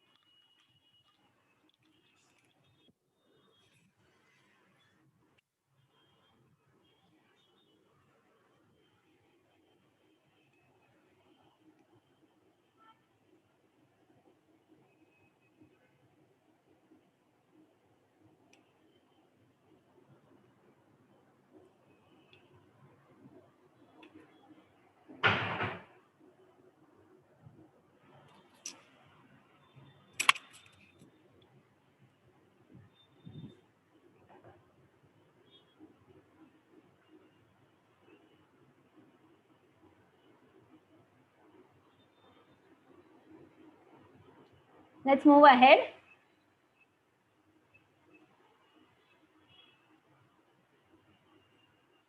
With red herring prospectus. Now, this red herring prospectus is kind of an incomplete prospectus. Remember this, listen to this explanation very, very carefully, because red herring prospectus, the way it is given in your module, or even, I mean, it is not enough to give you the explanation. I mean, you won't be able to understand anything when you read the module about red herring prospectus until and unless you know about this thing. So what explanation I'm giving, listen to this carefully, okay? So red herring prospectus is basically incomplete kind of prospectus. This is specifically, this kind of prospectus is issued when company is going to come up with a book building process of while issuing shares. Company is going to do a book building process. That is when red herring prospectus is issued. Now, what is book building process? Let me explain you that. See, there are two types when company issue prospectus. One is when company issue prospectus with all the details. One share is of rupees, this much rupees, and totally this much shares companies is issuing, and company will allot shares at a particular rate, and with all details, a complete prospectus is issued. That is one way. Another way is when company ask the public to bid for it. Okay, company just in red herring prospectus gives a price band, that is saying, say for example, 300 to 350. Okay, so company share price will be between 300 to 350.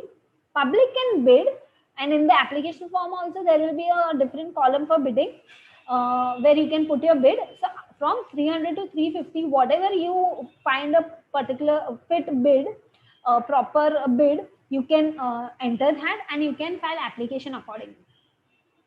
And then later, after verifying all the applications, company will come up with a particular the highest number of bid at what rate they got. They will finalize that as a rate of prospectus, and then finally they will file the final prospectus, a complete prospectus with the share price and all. So say for example, out of 300 to 350, exactly 330 पे बहुत लोगों ने 330 से above बहुत लोगों ने bid किया. So company finalized the price 330. Whoever had made bid at 330 and above will be issued shares, and whoever had bid less than 330 will not be allotted. The shares won't be allotted to them. All right. So this is how the book building process works. In such cases, book building process, red herring prospectus is issued. Red herring prospectus is incomplete prospectus where only about the price band and all is mentioned and the company's details. But then later on, before at least before coming up with the issue, before coming up with the issue, 3 days before final prospectus is issued. So red herring prospectus is an incomplete kind of prospectus, we can say. Please read about this.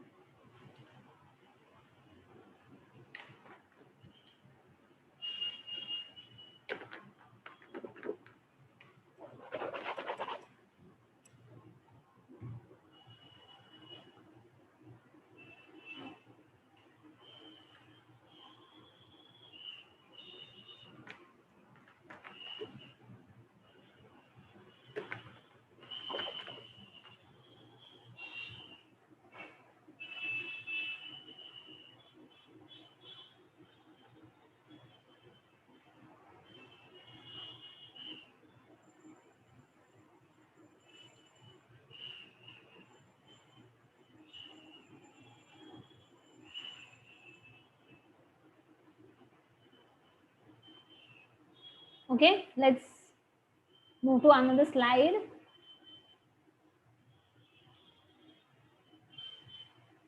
The contents of red herring prospectus looks like this.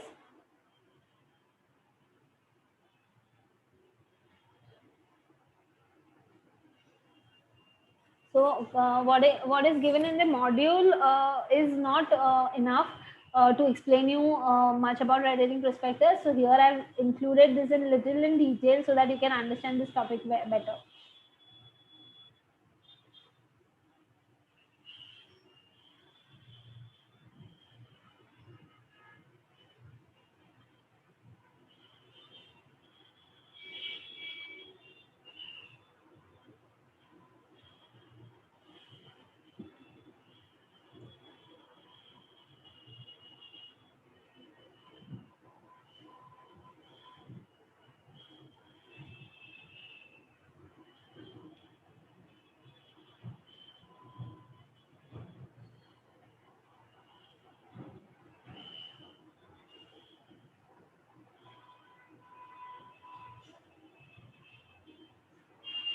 Okay, let us move ahead with another topic, liability for misstatement and prospectus. So civil liability and criminal liability, both kind of liability are there if there is any misstatement made in the prospectus. So civil liability can be against company as well and against director promoters who are personally working, I mean involved for their personal gain. So directors, promoters and experts, उनके against भी civil liability हो सकता है. So civil liability against company क्या हो सकता है? You can resign the contract. So buying share is kind of a contract. By applying for the shares, by issuing prospectus, they're making invitation to offer. And by applying for shares, you are making offer. By allotting shares, they're accepting your offer. So this is how it is like a contract. You can resign the contract. You can ask for your money back from the company if there is a later on if it's proved that there is a misstatement in the prospectus. Okay. Second is to claim damages, compensation can be claimed from the company. If the liability against directors, promoters, and experts are, compensation can be asked, damages can be asked, damages under general law can be asked. Okay. Criminal liability is also there whenever there is a misstatement in the prospectus. And criminal liability they'll be liable under section 447 of company law for fraud. They'll be liable. Who can be sued? These persons can be sued if there is a misstatement in the prospectus.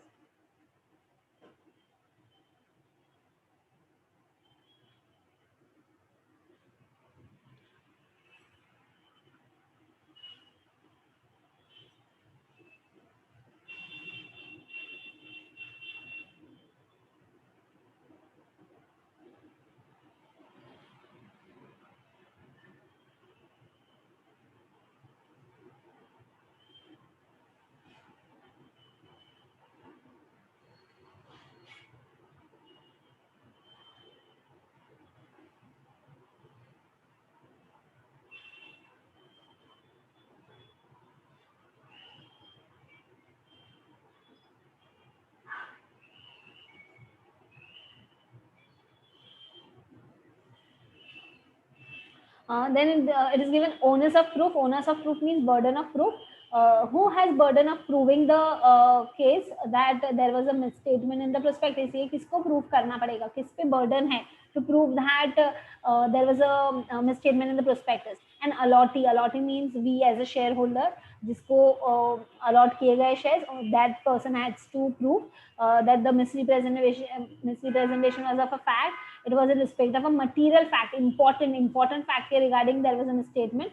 He acted on the misrepresentation. Then he need to also prove that because I read this statement, I read the misrepresentation, I got convinced and I bought the shares. And that is why I need to get compensated, or I want to give back the shares because I believe this statement to be true. And now since it is not true, I don't want the share. But if you have not read the prospectus only, and if you are not concerned with the misstatement, सिर्फ आपने को friends ने बोला कि shares खरीदो और आपने खरीद लिया, then you cannot give back the shares or you cannot ask for compensation, or he has suffered damages and consequences. And then finally, because of misrepresentation and he acted on the misrepresentation, believing it to be true, he suffered damages, some loss and consequence. Okay, then only he can ask for compensation. Now remedies against company: rescission of contract means cancellation of contract. Right of action for damages for deceit. Deceit means misleading. So for that kind of action can be taken against company. Please go through this quickly.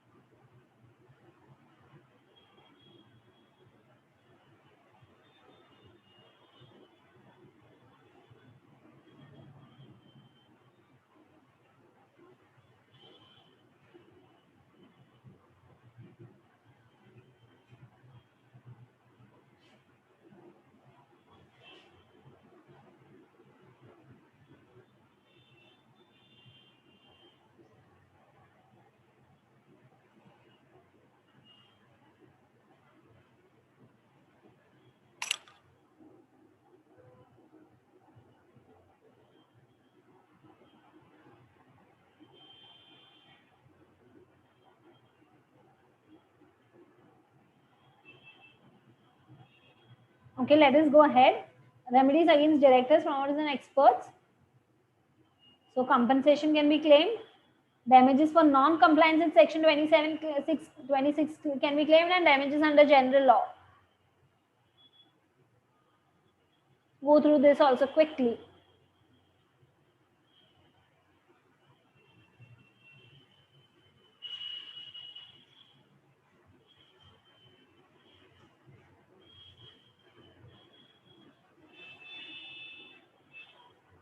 Here under damages under general law, the plaintiff term is written. Plaintiff means the one who files the case.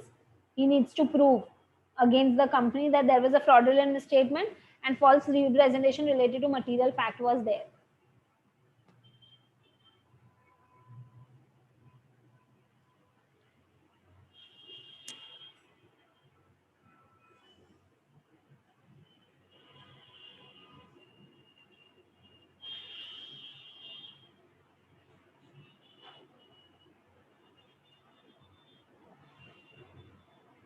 Let us go ahead and understand. We understood about public offer and prospectus. Now let us understand about private placement. So how it works? Okay, let me explain you that. Private placement is basically privately giving the shares. Public company and private company, both of them can do this. Remember this. Remember that public offer can be made only by public company. So public company can issue shares by making public offer, by right issue, by bonus shares, and by private placement, 4 ways. And private company can issue shares by private placement and by issuing bonus shares. Only these 2 ways. Private company can issue shares. Okay. So private placement, how it happens? Both in private and public company. So whoever wishes to buy shares of the company, through private placement, they will go to the company and they will register. There is a register maintained for this private placement. They will ask the company to enter their name in that register. And whenever companies, in future going to privately place the shares, they are interested in buying the shares. They can go and give their, record their statement that way, and their names will be maintained in the register. After they have recorded their name in the register, within 30 days, company, if wish to allot them the shares, company will write them a letter of offer, that in this price, in so and so price, we are allotting the shares. If you wish to buy it, we have attached the application form herewith, and you please fill the application form and submit it to the company. After that, if the investor is interested in buying the shares, he will apply the shares in the application form, and company will then allot the shares. So this is how the private placement happens. Here the limit is 50. That is, in a financial year, in 1 year, only 50 individuals को private placement में shares दिए जा सकते हैं, and 200 limit is for institutional investors and individuals both combined. So totally 200 लोगों को दिया जा सकता है private placement में, and individuals के लिए only 50, and institutional investors वगैरह सब मिल के 200. So only this much persons shares can be allotted. It's not that only 50 shares can be allotted.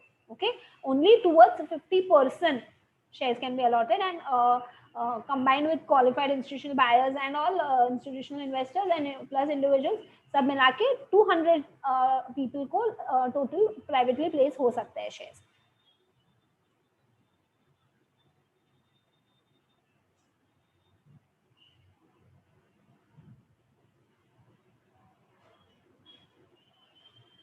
Now let us understand about buyback of shares. In your module, in between there was a topic of equity share capital and preference share capital. This is something you have done in your OC, I believe, in junior college also. Equity share capital, preference share capital, very simple to understand. And sweat equity shares and employee stock option and all. So that I've skipped. I'm not covering that today because I wanted to cover major and important technical topics. But still, if you want to know about sweat equity or ESOP, employee stock option, or shares with differential voting rights, these three are there in your books. Any doubts regarding that, you can write me in comments. I'll answer that.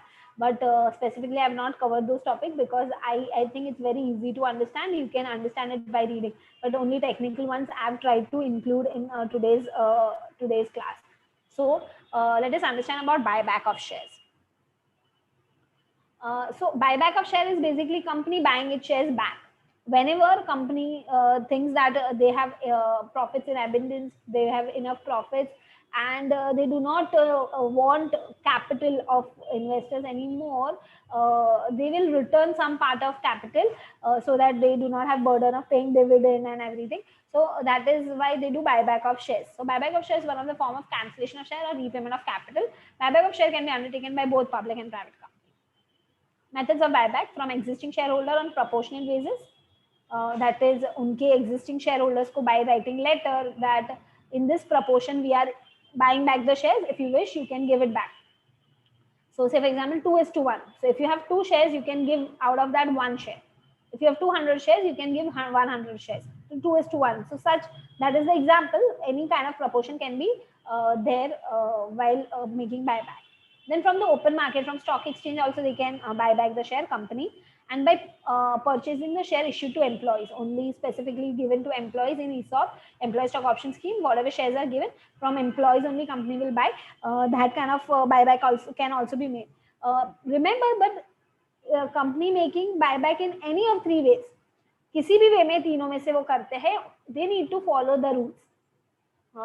The buyback rules which we will be seeing now, those needs to be followed, may it be any method they follow for buyback. Okay.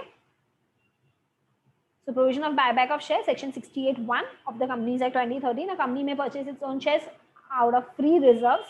Out of what source they buy back the shares? Out of free reserve, security premium account, या फिर the proceeds of the issue of any share or other specified securities.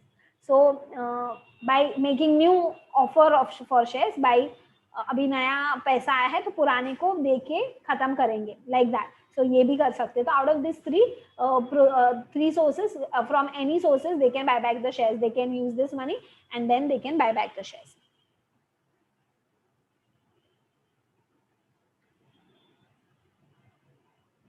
Restrictions on buyback of shares. I mean, what conditions during buyback company needs to follow. So buyback has to be authorized by articles first. Company needs to pass, it's very important thing, company needs to pass special resolution in general meeting. Then buyback is 25% or less of the aggregate paid up capital and free reserve of the company. Matlab buyback cannot exceed 25% of average of paid up capital plus free reserve. Whatever amount comes, uska 25% tak ka hi buyback is possible. More than that, buyback is not possible. The ratio of aggregate of secured and unsecured debt owned by company after buyback should not be more than twice paid up capital and free reserve. That is debt equity ratio. Everybody understands what is debt equity ratio? So debt equity ratio cannot be more than 2:1. That is, debt if 2, तो equity इसके सामने 1 होना चाहिए. तो debt equity ratio has to be at least 2:1 after buyback. That is, equity इतना कम नहीं हो जाना चाहिए कि और debt बहुत ज़्यादा नहीं बढ़ जाना चाहिए after buyback. Shares for buyback has to be fully paid up. Fully paid up shares can only be bought back. The buyback of shares or other specified securities listed on a recognized stock exchange is in accordance with regulation made by SEBI. So if it's a listed company who's making buyback, private company के लिए this won't be applicable, but listed companies, public listed companies के लिए this is applicable. They need to also comply regulations of SEBI regarding buyback.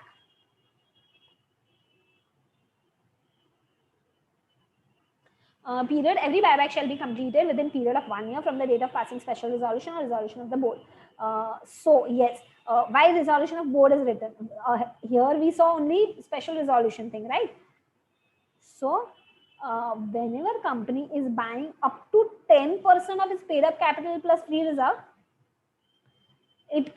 company can pass only board resolution and buyback. So total paid up capital plus free reserve ka only 10% they are if buying back. They need to pass just board resolution. They need not pass special resolution in general. but more than 10% and up to 25% they are allowed. So in that limit, if they are buying back more than 10%, then they need to take approval in a general meeting by passing special resolution. So whatever resolution, up to 10% board resolution, and more than that, if they are passing special resolution, whatever resolution they have passed, within 1 year of passing resolution, they need to finish buyback procedure. Otherwise, they need to pass the resolution again. After company completes the buyback under this section, it has to file with registrar and SEBI a return containing full particulars of buyback, a return within 30 days of completion. Okay, and the securities in physical form also has to be extinguished. Part dena hai within 7 days. This is also one thing.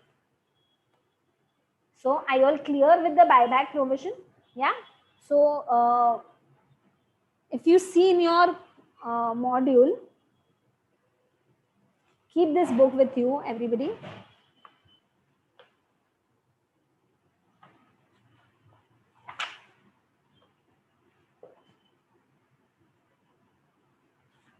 Out of this, as I said, I've not covered for you.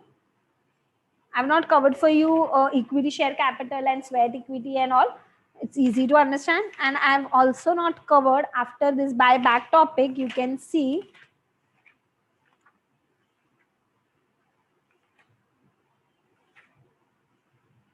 bonus shares and all. I also have not covered. Preferential offer. Anything you don't understand, you can write me in comment box. I will quickly answer that. Further issue of share capital. This all I have not covered. Transfer, transmission of shares. This is easy to understand. By reading, you can understand. Only technical topics I have tried to cover. Then preferential capital and all. Then I've covered buyback. And then on page 350, you can see debentures, deposits, charges, and GDRs, global deposit receipts. This I have not covered. Registers, annual returns. These are very, very easy topics. By reading, you can understand. But at any point of time, if you do not understand that, if you have already read and you do not understand, you can write me in comment right now. I will answer. And if later on, if you read and you don't understand, you feel free to write me on my email ID.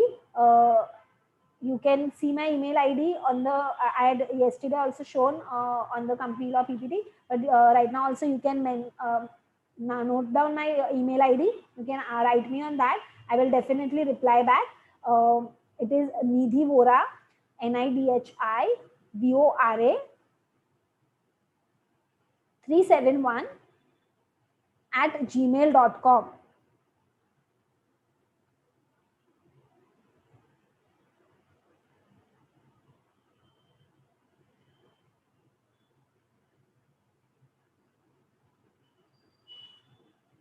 So because there's a limitation of time, I'm trying to complete only technical topics today. So these topics, if you guys don't understand at any point of time, feel free to write me on my email ID, Nidhi Vora, NIDHI VORA 371 at gmail.com. Okay, I'll be happy to help you guys. Now let us go ahead with meetings under company law. Meetings and directors. This is some topics. This is two topics from where a lot of questions have been asked in past also, and it is also likely to come in your coming exams. Meetings and directors. So these two topics I've tried to cover in today's class. Annual general meeting. First of all, so there are at present two types of meeting under general meeting here. Okay, let me first explain you. Generally, there are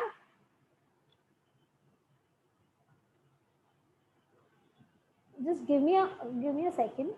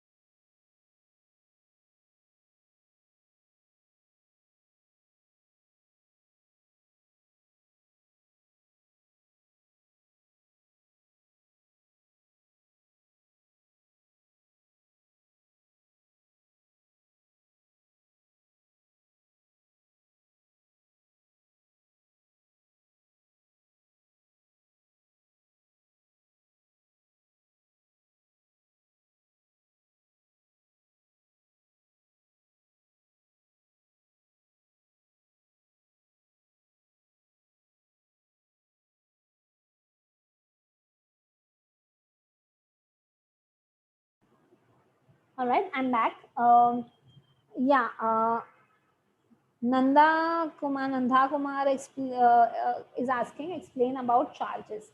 Okay, charges in short, if I explain you, whenever a company is taking any loan from banks or financial institutions or anywhere, uh, they are supposed to, just like any other debtor, they are also supposed to keep their asset as a security with the creditors. Okay, so when they are keeping these assets as a security, the creditor will have charge upon their asset. Okay, so because companies are, why company people invest in the company, because such provisions exist in the company where such charges provision and all is there, so creditor feels safe to give loan to the company. Here company, whatever assets of companies are given as a security to the creditor, there is company needs to register that charge, that asset that this creditor has charged over it, and so that company do not keep giving same asset as a security to different creditors, right? So to be safe on this point, company keeps giving, company has to register the asset which they have kept as a security with other creditor, as they have to register it as a charge, and then they need to intimate also whenever the payment is made, repayment is made of loan, then the charge will be, there will be satisfaction of charge and the entry will be made by the registrar. So such procedure is there for charge. And what is the procedure for within how many days they need to register the charge? When there is a modification in charge, within how many days they need to do it? Within 30 days, that is the period. So that you can see from your book. And when there is a satisfaction of charge, that is whenever the loan is repaid, you know, it has to be intimated to the ROC, and ROC will make the changes within the 30 days about the satisfaction of charge. So this is how the procedure is. And for registration of charge, there is a condonation of delay limit also. That is, if within 30 days you could not do it, then within how many days you can do it with the permission of central government. All those condonation of delay limits are also given. Remember on 2nd November 2018, there was an amendment regarding that. Make sure you have amended module for this charges topic purpose. If you do not have, please check from the Google the new update, okay, because that will be applicable for you in your exam. So the condonation limit and all is changed from 2nd November to 2018. So make sure you have a new module, those who are giving re-attempts and all. Okay. Nanda Kumar, is your query answered? Is it enough? You understood the charge? If yes, we'll go ahead with the meetings part now.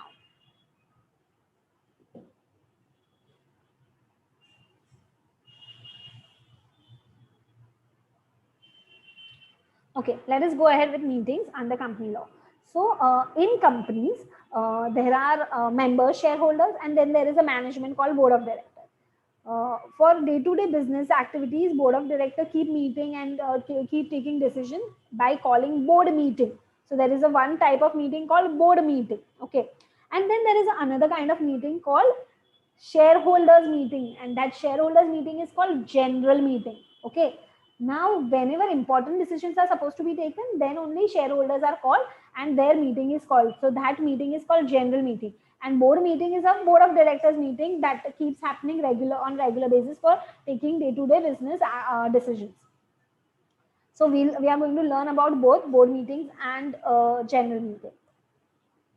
So general meeting में there are two types of meeting, annual general meeting and extraordinary general meeting. Okay, and one more time, there is a meeting called class meeting. Class meeting means only class of shareholder, that is only preference shareholder के rights if getting affected, only preference shareholders meeting will be called. Only if equity shareholders rights getting affected, only equity shareholders meeting will be called. So like that, class meeting is also one of the type. So annual general meeting, extraordinary general meeting and class meeting, these three types of meetings are there under the head general meeting.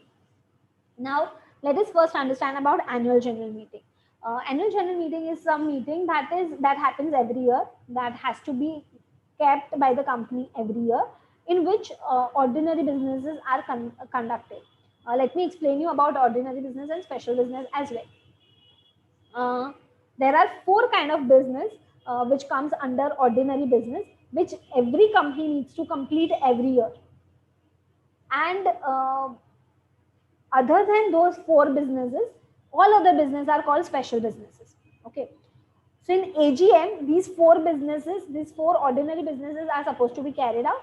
And beside this, any other special business, if are supposed to be done, that can also be done in AGM. Okay. But in extraordinary general meeting, always special business will be there. That regular business is not going to be there. Now, annual general meeting, let us talk about those 4 ordinary business. That is approval of accounts. The entire year accounts will be read before the shareholders and it will be approved by them. Approval of accounts, declaration of dividend, appointment of director, retiring, if there is some director is getting retired, then appointment of director, and appointment of auditor in place of retiring auditor. So auditor like that appointed for 5 years, but every year it is reconsidered whether that auditor is working good or not, and whether that auditor is supposed to be reappointed or not. So appointment of director, appointment of auditor, declaration of dividend, and approval of accounts. These 4 business has to take place every year in AGM. For this purpose, AGM is kept. And beside that, if there is a requirement of keeping any other special business, that will be also kept in annual general meeting. Okay. And in extraordinary general meeting, always special business. All right. So annual general meeting once in every year. So there are 3 requirements for keeping annual general meeting. One is in every calendar year. Calendar year starts from 1st January to 31st December. So within one calendar year, always one meeting must happen, annual general meeting. Second is after the end of financial year, within 6 months, AGM has to be kept. Now, financial year ending generally 31st March, but it may differ from company to company. Companies can change financial years too. Okay. So, if it is 31st March, from within 6 months, they need to keep AGM. If it is different financial year ending, then within 6 months of that financial year ending, they need to keep meeting. And third requirement of AGM is from last AGM to this AGM, the new, next AGM, the gap between 2 AGM cannot be more than 15 months. Maximum gap 15 months.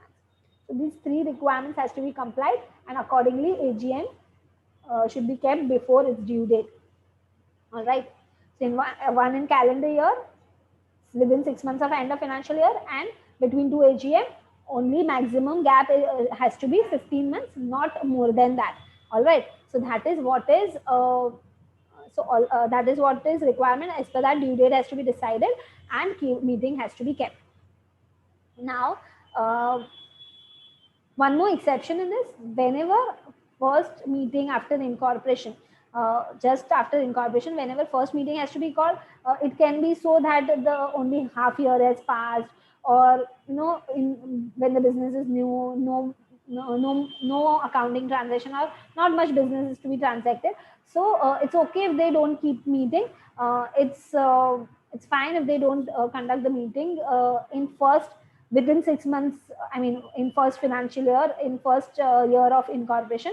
The requirement there is within end of after the end of first financial year, within 18 months they need to keep meeting first meeting after incorporation, first AGM. All right. So these are the requirements for AGM. Then AGM always has to be on working day and during business hours. So these are some requirements. Next.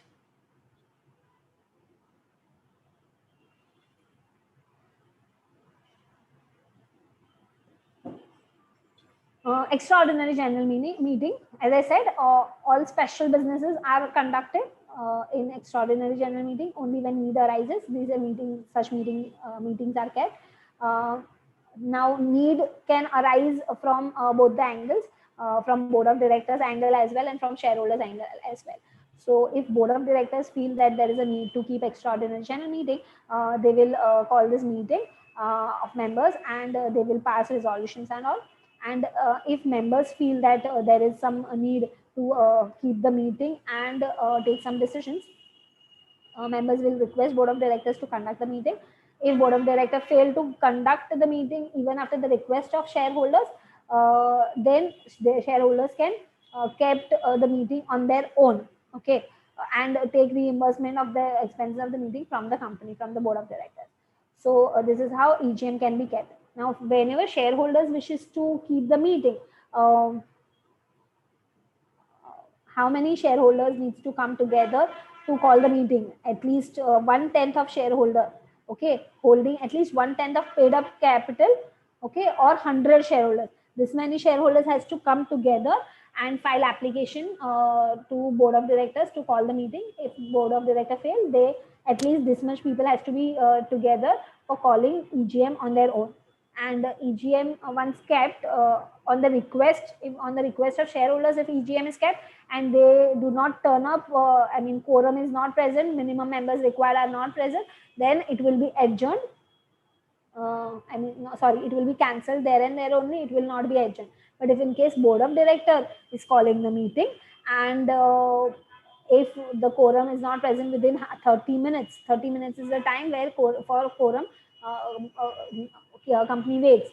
If quorum doesn't turn up within 30 days, 30 minutes, EGM will stand adjourned, but only when it is called by board of directors. When it is called by shareholders themselves and a quorum is not present, EGM is cancelled. All right. So this is what you need to know about EGM. Okay. There is one more timeline also you need to understand. Once there is a request from shareholders for calling EGM, EGM has to be the procedure to call meeting should be started by board of directors within 21 days, and meeting has to be called from the request date within 45 days. Meeting has to be called. If it is not called, then from the request date within 3 months, they shareholders themselves can call the meeting. So this timeline also you need to remember. Let us go ahead. Power to call board meetings. This is simple to understand. This you can just read on and understand. It can be called by company secretary or a director.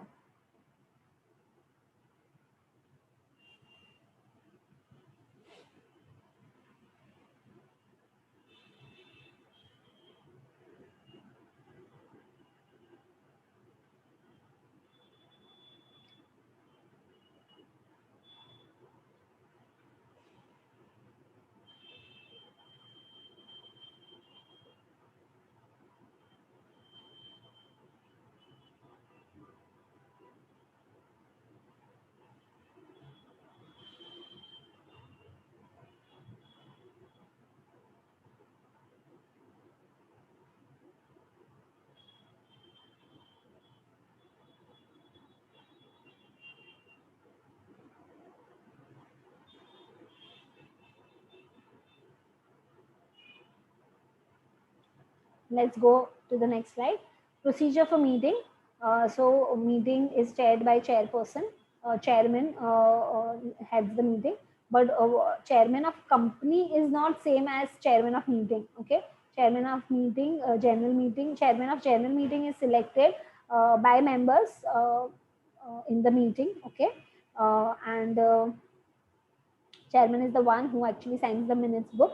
Okay, and whatever proceedings of meeting goes on is written in short and brief in the minutes book, and it is signed by the chairman. So that is how the general meetings are conducted. Okay, let's go ahead with the other slide. Before that, you can just read on the slide for a while. I'll keep it for a while, and you can read this on.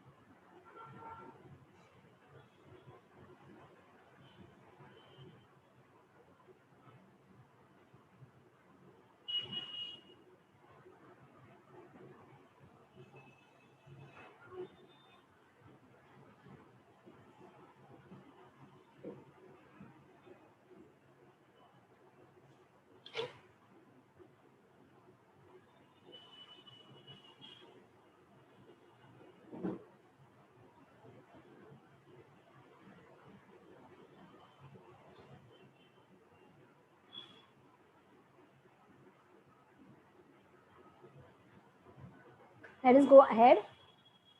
The notice part, before calling any meeting, general meeting or a board meeting, notice has to be served on the members for calling general meeting and on board of directors for calling board meeting. Notice must mention all contents of notice will be all the business to be transacted in the meeting, that is agenda will be entered, the date and time and place of meeting will be included in the notice, and if special resolution is supposed to be passed in the meeting, then draft special resolution is always included in the notice. And if the special business is to be transacted in the meeting, as I said, in AGM, 4 kind of business transacted: approval of accounts, declaration of dividend, appointment of director, and appointment of auditor. These are ordinary business. Beside all these 4, all other are special businesses. So whenever special business is supposed to be transacted, explanatory statement also is given in the notice. So notice includes all these things. Notice has to be sent to the members of a general meeting at least before at least 21 clear days. 21 clear days means day of the meeting, and day of posting the notice is excluded from counting 21 days. So 21 clear days notice must be given. And when it is a board meeting, at least 7 days notice must be given. Okay.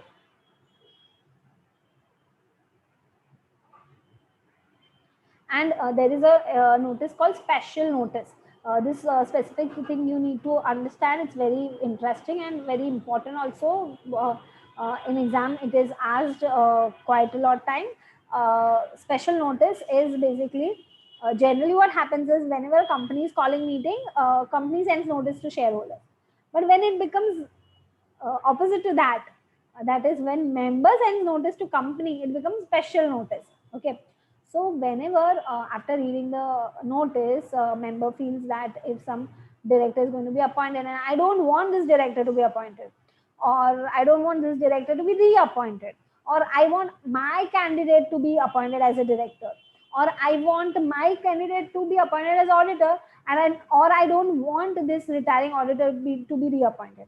For all these matters, that is for not for appointing auditor of your choice, for appointing director of your choice, for not wanting reappointment of old director or reappointment of old auditor, all for all these 4 purposes, special notice can be written to the company by a member at least 14 days before meeting. And once company receives the special notice, company needs to inform to all other members about receipt of this special notice from one of the member. So company needs to inform to all other members of this notice by sending notice at least 7 days before calling the meeting.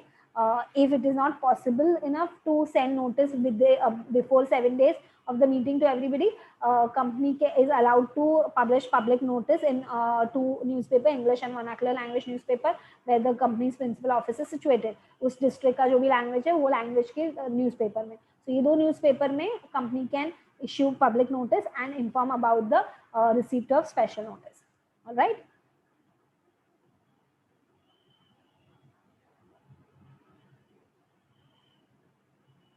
This I already covered, contents of notice. Now let us understand about quorum. Quorum means minimum members required to be present before conducting a valid meeting. So for conducting a valid meeting, how many members are supposed to be present? Okay. Then in public company, the number is mentioned, and for private company also numbers are mentioned for quorum. So and for board meeting also, they have mentioned that at least 1/3 of total members has to be present for calling a valid meeting. So you can go through from the book. So quorum basically means, okay, minimum members required for calling a valid or for conducting a valid meeting. Okay, that is what is quorum.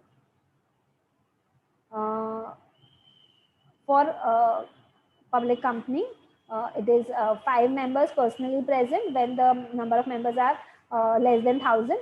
If the number of members in the company are more than 1,000 and less than 5,000, 10 members personally present forms the quorum. When the number of members are more than 5,000, 15 members personally present forms the quorum. Okay, and in case of private company, 2 members personally present forms the quorum. Okay, so this is how, what is the quorum. And board meeting के लिए 1/3 of directors out of total number of directors. Okay, chairman. A meeting is chaired by chairperson, and what chairperson does, I told you already. Chairperson is actually not the same. Chairman of the company is not the chairperson, but chairman of meeting is appointed in the meeting itself, and he's the one who signs the minutes book. Just go through this quickly. And he also has a special right called casting vote. Okay, a veto power, we can say. He has a right to cast the vote whenever there is a tie. Okay, so in the meeting, whenever there is a tie, there are equal votes on a particular matter, so his vote can be as a tiebreaker. He can vote a casting vote, a veto power he has. Okay, go through this quickly.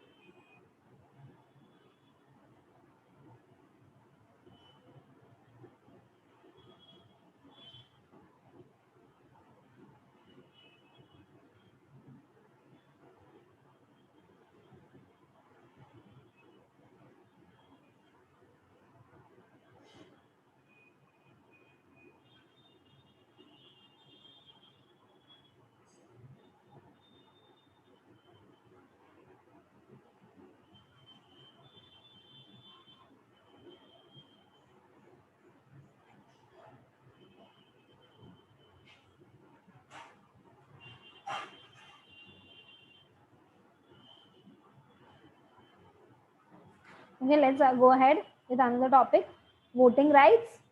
So every member who's limited by company shares and holds equity share capital will have a right to vote on all resolution which is placed before the company. So voting rights can be of different types. Different types of votes are there. Voting by show of hands, that is one member, one vote. Okay, so even if I'm holding 1,000 shares and one other person is holding just 2 shares in the company, one person, one vote system is there. So for less important matters in the company, show of hands method is followed for voting. For resolution, for taking any decision, one member, one vote. By showing hands, by raising the hands, they can give their approval for the vote. Then another type of voting is voting by poll.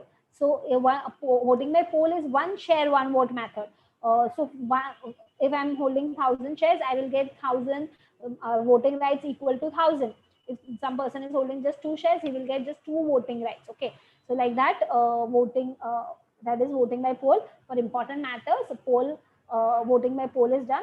If in case company is doing voting by show of hands and some members want that voting by poll should be conducted, at least 1/10 of the paid up capital holders can come together and can request for poll, and then company can conduct poll.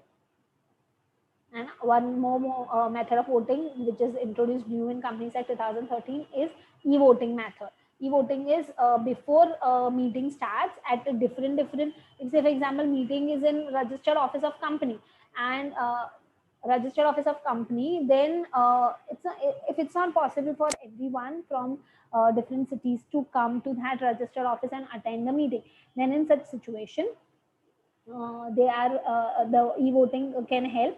E-voting for e-voting system at different centers in different cities, e-voting facility are open for 3 days before meeting.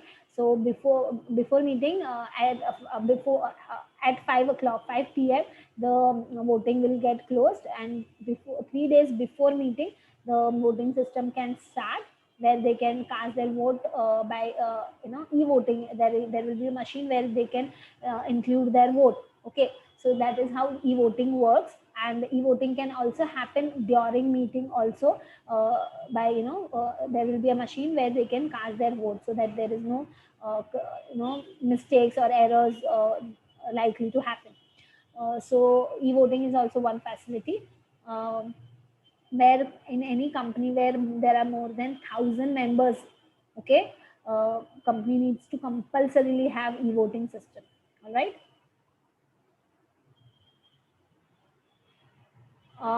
Then I want to also explain about proxy.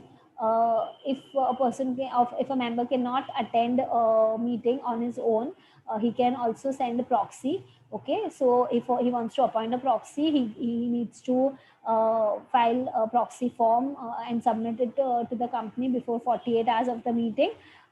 If as a person wants to inspect proxy forms, that who all members are coming and on whose behalf proxies are coming, all these, if anyone wants to inspect, they can do so by giving application to inspect before 3 days of the meeting, and inspection will open before 24 hours of meeting, but for that application has to be given 3 days before meeting.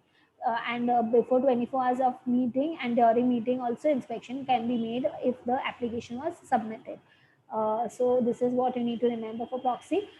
Same person can act as proxy for maximum 50 members. Okay, so 50 लोग को सिर्फ एक बंदा represent कर सकता है, maximum, that is the limit. Or 1/10 of share capital, whoever is holding that much members can be represented by one proxy. If only one person is holding 1/10 of share capital and he wants to appoint proxy, then that proxy cannot represent any other members.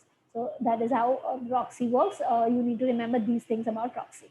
Now let us understand about resolution by postal ballot. We can say this is an alternative to general meeting. Okay. Now what happens in general meeting is it happens at registered office of the company, and say for example Reliance is in Mumbai, but that doesn't mean only Mumbai people are investing in Reliance. People from all over India and all over world are investing in Reliance. So if during business hours on working days they have kept meeting, there will be many people who won't be able to turn up. So that is why government, while making law, has prescribed that whenever any important kind of decision, there are 12 important decisions, important matters listed by central government, in which decision has to be taken through postal ballot only, not in general meeting. So whenever these important decisions are to be taken, it is to be taken through postal ballot, where in 12 matters, those 12 matters are prescribed by central government in the Companies Act. Okay, so postal ballot is basically आपके घर पे एक post आएगा, उसमें पूरा matter लिखा होगा, and you can read that and you can reply to it whether you want to vote in favor or against of the decision, and then you can post it back. Your reply you can post it back within 30 days of receipt. So after once company sends you the postal ballot form, you can read it and you can file it, you can send it back replied within 30 days. So this is how postal ballot works. Okay, this is a kind of alternative way to decide if some important decisions cannot be taken in general meeting, because it's not that it cannot be taken, but it has to be taken this way because it's very much possible that not all members will be present in the general meeting.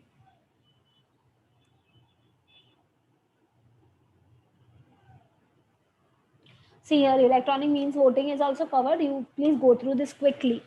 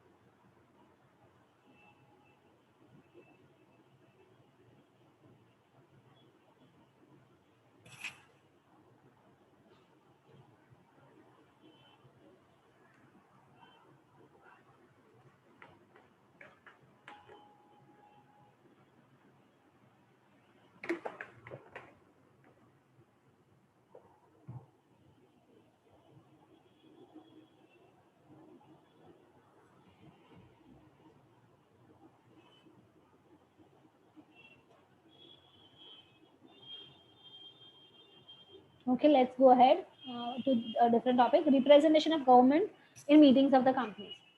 Now, there are a lot of government companies and central government, state government also buying stake in the company. Okay, so when they are members in some company, or when president or governor is also member in some company, in the capacity of president and in the capacity of governor, not personally, okay, they are buying shares, but in the capacity of president or governor, and in the capacity of government also is buying shares in the capacity of government only, not on the personal basis, the ministers. Then of course the president and governor or government ministers will not come to meeting every now and then whenever company calls meeting. So what happens is always they are represented by someone else. The ministers and president and governors are not going to come to company among general public, right? So a member can be appointed by government to attend the meetings of the companies in case government is a member of the company. Always there will be one person who will be representative of government or governor or president who will attend the meeting, and that representative will not be considered as proxy. Remember that. So generally, if I am a member, I'm a normal person. So if I'm a member and I cannot attend meeting, I will send my proxy. But if governor or president or government is holding some shares in company, they will definitely not come. They will always send someone else. So they are not considered as proxy. When they send their representative, it will be treated as if the member is attending the meeting. Why there is a difference? Because proxy cannot speak at the meeting and proxy cannot vote in the show of hands and all. Whereas members can vote. So when representative, governor, president and government comes, they can vote as if they are member. They can speak at the meeting as if they are member, because it will be treated as if they are members. All right. So remember this. On this case study can also be asked.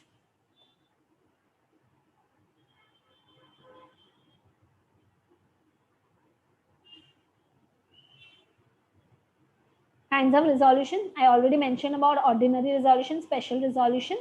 Yeah. 51% voting is ordinary resolution. Special resolution is at least 75% voting. Okay. Then return resolution is okay. This we can quickly move ahead. This you understand. Resolution basically means passing of any decision. Okay. And whenever any resolutions are passed, it has to be entered in the minutes book and it has to be informed to the ROC. Circulation of members' resolutions.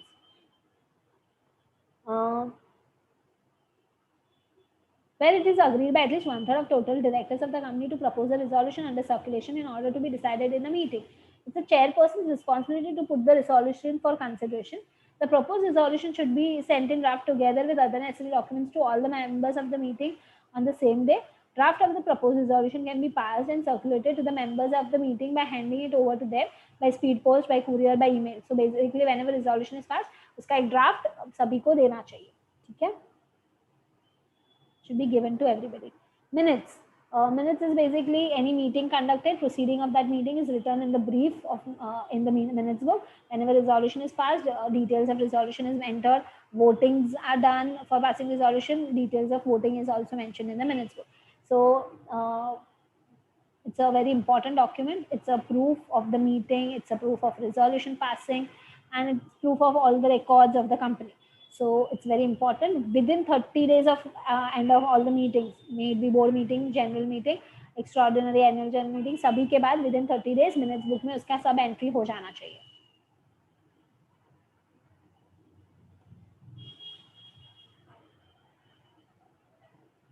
Publication of reports and proceedings.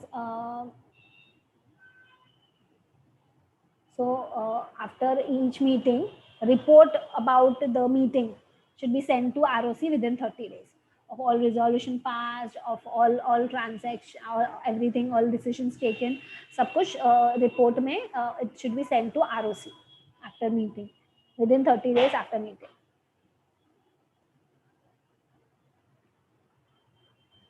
Documents to be served on members. Whenever members ask for some documents, it should be sent to them.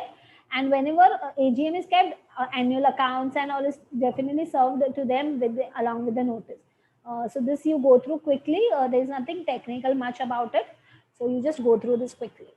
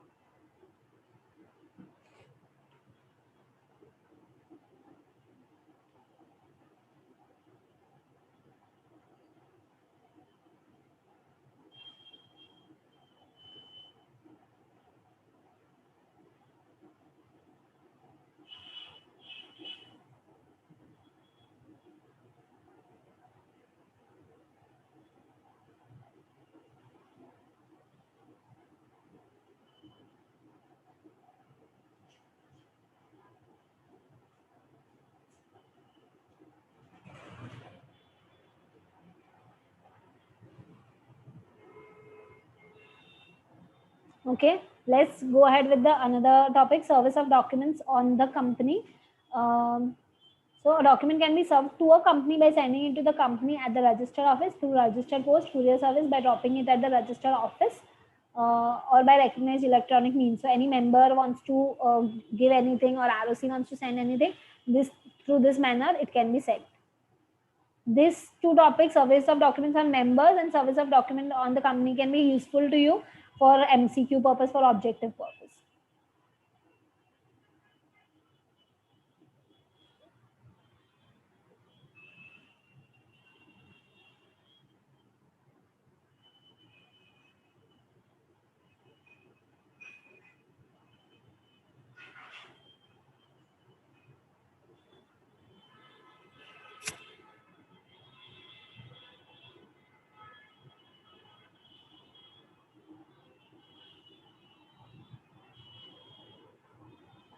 Omkar Patil is asking, ma'am, any small doubt, is there any penalty for not attending the meeting? No, there is no penalty for not attending meeting, not even to board of directors. It's not obligation. It's you are free to attend or not attend. General meeting जब share holders के लिए होता है उसमें तो कोई penalty है ही नहीं, बट बोर्ड मीटिंग में कैसा होता है, वो शेयर डायरेक्टर्स के लिए भी कोई ऐसा पेनल्टी नहीं होता है. But if they consecutively don't attend 4 meetings, then उनको डायरेक्टर पोस्ट से निकाल सकते हैं, वैसा होता है. But there is no penalty as such monetary wise, but members के लिए तो definitely there is no penalty. Priyu is asking, ma'am, will you cover directors today? Yes, dear, we are about to finish with minutes. My next topic is director only. That is why I had skipped those deposits, charges, debentures, easy topics. I'm intending to do directors, but let's see how much time is left. 20 minutes only left. Let's see how much we can do. We are about to finish minutes into meetings part in 2 minutes. We'll start with directors only, but I don't know whether I'll be able to finish or not.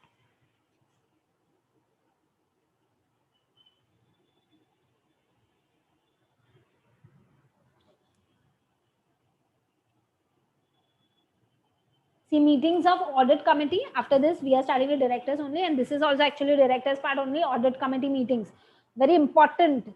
This you need to remember. Section 177 talks about audit committee meetings. Now let us understand first of all directors and audit and committees. Okay, so what happens is directors work. There can be like 10, 12, 15 directors in the company. Okay, and it's not fair to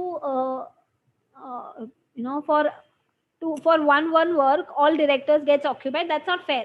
So what they do is, for particular work 2-3 directors committees are made, and they are assigned that work, and all the powers are given to them regarding that work. Okay, so for example, audit committee. So there is a committee called audit committee, which is a very important committee. All accounts related work, this only audit committee will take care of.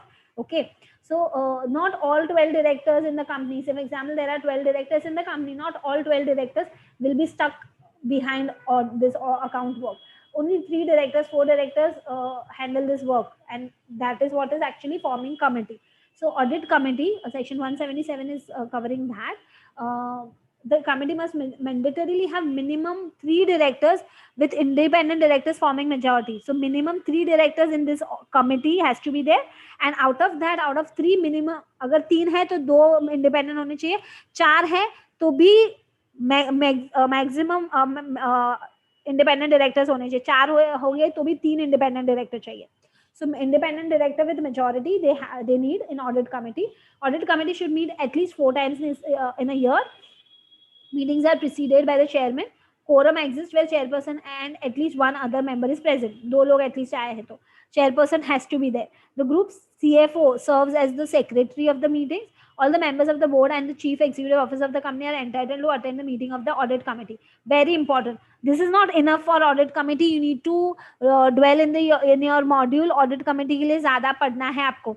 किस companies में compulsorily audit committee होना चाहिए ये भी पढ़ना है. मैंने slide में अभी कवर नहीं किया है क्लासेस ऑफ कंपनीज की किस में ऑडिट कमेटी होना चाहिए, क्योंकि ये सिंपल है, सिर्फ रीड करना है आपको. ठीक है, कि कौन सी क्लास ऑफ कंपनी को कंपलसरीली ऑडिट कमेटी होना चाहिए और कौन सी क्लासेस में कंपलसरी नहीं है. सो वो लिमिट जो बताई है कि सारी लिस्टेड कंपनी में तो ऑडिट कमेटी होना ही चाहिए, पहली चीज.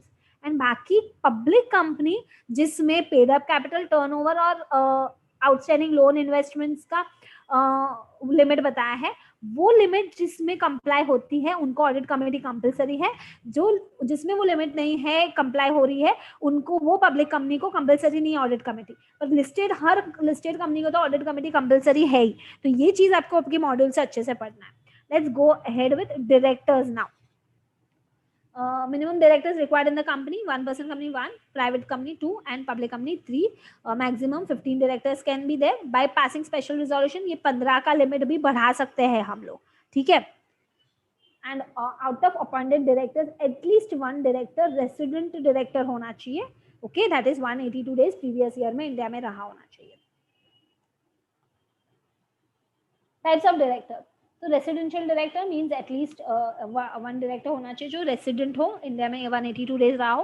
Then independent directors. Okay, very important to understand, अच्छे से इसको समझो. Independent director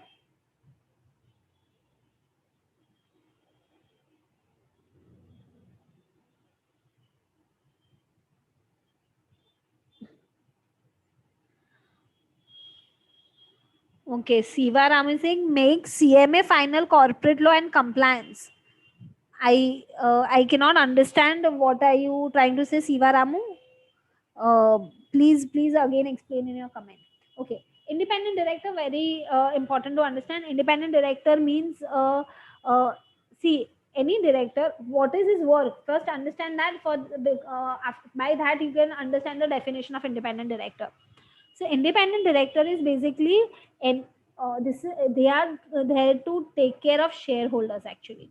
Whenever any full-time director, managing director, whole-time directors and all, when they work full-time in the company, they tend to know everything about the company, and then they know the loopholes also, and then they tend to commit frauds also.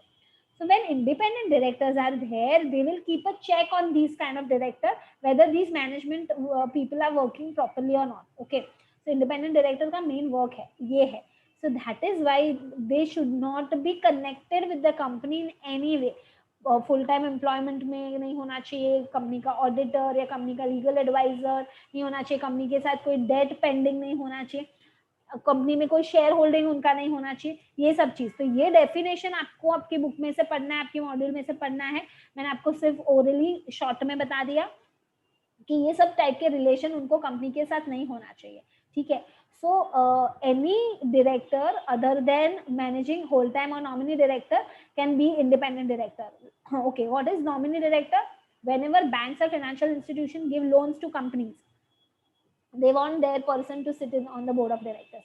So board of director में वो जब भी बैठते हैं तो they take care कि उनका funds banks वाला जो दिया हुआ है वो राइट जगह पे यूटिलाइज हो रहा है और वेस्ट नहीं हो रहा है.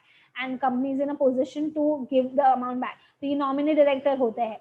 So managing whole time and nominee director के अलावा का person होना चाहिए independent director. Okay, independent director को डिफाइन किया हुआ है आपकी बुक में, मैंने आपको शॉर्ट में बताया, वैसे रीड कर लेना डेफिनेशन. ठीक है, कौन किस कंपनी में इंडिपेंडेंट डायरेक्टर होना चाहिए? तो ऑल लिस्टेड कंपनीज, कंपलसरी सारी लिस्टेड कंपनी में होना चाहिए. सारी लिस्टेड कंपनी में एटलीस्ट टोटल में से 1/3 डायरेक्टर्स होने चाहिए जो इंडिपेंडेंट डायरेक्टर्स है. एंड बाकी की ये क्लास ऑफ कंपनी 50 करोड़ से ज्यादा है, इनमें एटलीस्ट 2 डायरेक्टर इंडिपेंडेंट होने चाहिए. सारी लिस्टेड कंपनी में एटलीस्ट 1/3 डायरेक्टर इंडिपेंडेंट होने चाहिए. इंडिपेंडेंट डायरेक्टर का आगे दूसरा भी चीज है आपकी बुक में दिया हुआ है, मैं थोड़ा समझा देती हूँ ओरली. इंडिपेंडेंट डायरेक्टर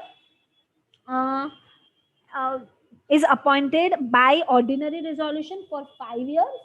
ठीक है, वो लोग को एजीएम में वगैरह नहीं अपॉइंट, एजीएम में बाद में वापस कंसिडर नहीं करेंगे. एवरी ईयर उनका रीअपॉइंटमेंट 5 साल के लिए अपॉइंट हो जाएगा एंड दूसरी बार भी अपॉइंट हो सकते हैं again after for next 5 years. For next 5 years उनको जब भी अपॉइंट करना है स्पेशल रिजोल्यूशन पास करना पड़ेगा. तो पहली बार के 5 साल के लिए ऑर्डिनरी रिजोल्यूशन, नेक्स्ट 5 years के लिए special resolution. But after 10 years वो लोग वापस अपॉइंट नहीं हो सकते. There has to be cooling period of 3 years. 3 साल का गैप होना चाहिए. देन अगेन वो 3 साल के बाद वापस वो बंदे को एज ए इंडिपेंडेंट डायरेक्टर लाया जा सकता है. So that is what is independent director. Small share holder director, small share holder directors basically small share holders को रिप्रेजेंट करेंगे, उनका ध्यान रखेंगे. स्मॉल शेयर होल्डर्स वो है जो जिनका the one who holds shares less than 20,000 face value. Okay, 20,000 से कम के शेयर्स जो होल्ड कर रहे हैं, 20,000 और less than 20,000, those are small share holders. So उनको रिप्रेजेंट करने वाला एक director is small share holder director. So at least when 1,000 small shareholders or 1/10 of total shareholders, whichever is lower, applies to the company, request to the company that we want a shareholder, a small shareholder director, तो company will appoint. और listed company में तो होगा ही always small shareholder director appoint होगा ही. And who will appoint? तो small shareholders मिलके appoint करेंगे. Women director, at least one women director. This is also new provision in Companies Act 2013. At least one women director on board होना चाहिए. In which company? तो in listed company, all listed companies होना चाहिए, and public company जिसमें paid up capital 100 crore से ज्यादा है, turnover 300 crore से ज्यादा है, तो एक women director compulsory है. Okay, let us understand about alternate director now. Alternate director a company में appoint if the articles confer such power. पहले तो articles of association में ये authority होना चाहिए तो ही. ओके, एंड कंपनी ने एक रिजोल्यूशन पास किया है. नाउ कभी alternate director अपॉइंट होता है तो ये ब्रैकेट में आप पढ़ो, when any director is absent from India, not from office. outside office नहीं जा रहा है, outside India जा रहा है for at least 3 months. At least 3 महीने इंडिया से बाहर जा रहा है. ऐसा कोई भी डायरेक्टर ने एप्लीकेशन दिया है कि मैं 3 महीने से ज्यादा इंडिया के बाहर जा रहा हूँ, तो उसका काम संभालने के लिए एक ऑल्टरनेट डायरेक्टर को रिजोल्यूशन पास करके लाया जाएगा. इसके लिए सिर्फ board resolution, board of director pass करके लेके आते हैं. Read alternate director ahead. An alternate director cannot hold office longer than the term of director in whose place he has been appointed. So original director का अगर term खत्म हो रहा है जब ये ऑल्टरनेट डायरेक्टर है, तो फिर उसका टर्म खत्म होते ही ऑल्टरनेट डायरेक्टर भी निकल जाएगा. एडिशनली और इनकेस उसको रीअपॉइंट किया जा रहा है तो फिर ऑल्टरनेट डायरेक्टर रीअपॉइंट नहीं होगा, ओरिजिनल डायरेक्टर ही रीअपॉइंट होगा until original director returns back to India, not to the office, but return back to India. Until then, alternate director will hold the office. After that, he will vacate the office. So once original director returns to India, उसके बाद alternate director ने कोई भी काम किया है, कोई भी contract sign किया है, कोई भी resolution pass किया, it will not be considered as valid. Remember this for case study. ये ध्यान में रखना आप लोग. Next is shadow director. A person who is not appointed to the board but on whose direction the board is accustomed to act. Okay. So एक बंदा ऐसा है जिसके पास पावर है to appoint or remove board of directors, other board of directors. वो खुद board of directors में नहीं है, पर वो board of directors को appoint remove करने का power रखता है. तो that person is very powerful. He is a shadow director. Nominee directors. Nominee directors, as I said, banks, financial institutions, central government nominate their one person on the board जो board of director में रहेगा, that is nominee director. Additional director. This is also this can be also appointed only when additional director can also be appointed only when articles of association permit, मतलब limit articles of association में exceed नहीं होना चाहिए maximum directors का, तभी additional director appoint किया जा सकता है. But additional director temporary purpose के लिए होते हैं, until next AGM तक ही होते हैं. जैसे ही next उसके appointment के बाद का AGM आया, तब तक की conclusion के AGM के conclusion के बाद he will vacate his office. Section 152 of the Act governs appointment of directors. Okay. If there is no provision for appointment of director in articles of association, subscriber to the memorandum becomes the first directors. Okay. So first directors मतलब company के incorporation के बाद पहले director कौन बनेंगे, तो जिसका नाम आर्टिकल्स ऑफ एसोसिएशन में लिखा है वो. इफ किसी का नाम नहीं लिखा है तो सब्सक्राइबर टू द मेमोरेंडम, मैंने स्टार्टिंग में भी बताया, जो मिनिमम मेंबर्स स्टार्टिंग में सब्सक्राइब करते हैं, साइन करते हैं कि that I am undertaking to buy this much share, subscription clause में 6 क्लॉज ऑफ एमओए, तो वो बंदे 6 फर्स्ट डायरेक्टर्स बनेंगे, subscriber to the memorandum. Director to be appointed in a general meeting. If it is so done, explanatory statement for such appointment has to be annexed in the notice. Meeting की general meeting की notice में explanatory statement जाना चाहिए कि ये director को appoint किया जा रहा है, उसका explanation वाला. Proposed director has to furnish director identification number. जिसको भी director appoint किया जा रहा है उसको अपना दिन submit करना जरूरी होता है. Proposed director also has to furnish declaration stating that he is not disqualified from becoming director. So there are some disqualification criteria given in Companies Act for directors कि ये बंदे नहीं बन सकते directors. So disqualification criteria he is not complying with that declaration he needs to give. Furthermore, such appointment should be made with his consent. So he is ready to act his consent, act as a director. His consent should be given to the company. It should be filed with ROC as well, and consent has to be filed with ROC within 30 days of appointment.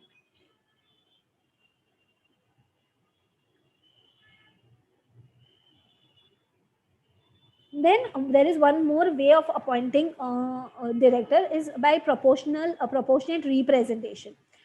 Proportionate representation is basically this is only applicable for mandated for public companies and not for private companies, which are subsidiaries of public company and has now been extended to all private companies also. So provision earlier mandated था सिर्फ public company के लिए, and private company जो public company की subsidiary है उनके लिए नहीं था, but अभी private company जो public company की subsidiary है उनके लिए भी है. Okay. Also, the disqualification for appointment and reappointment of director have been made applicable to private companies. Earlier वो भी mandatory नहीं था. Now disqualification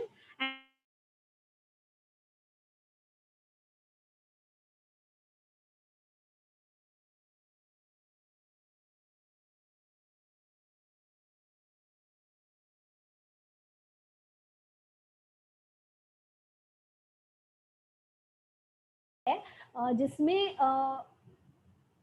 डायरेक्टर्स इसमें 1 शेयर 1 वोट मेथड से मेंबर्स अपॉइंट करेंगे डायरेक्टर को. ये आपको ध्यान में रखना है बस. Powers of board of directors. One section 179 covers what are the powers of board of directors. Okay. So here section 179 empowers the board of directors to exercise its powers in all areas of that except mentioned in 179. So mentioned in 179 except mentioned in the act or in the MOA that the power shall be exercised at general meeting by the shareholders.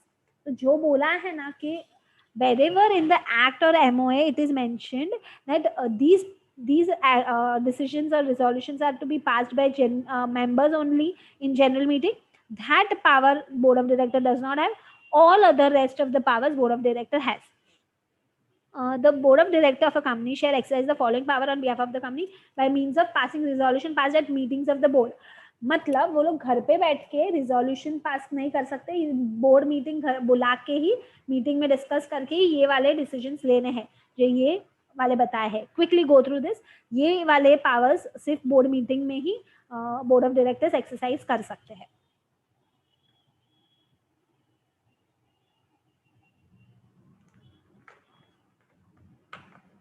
Go through this quickly.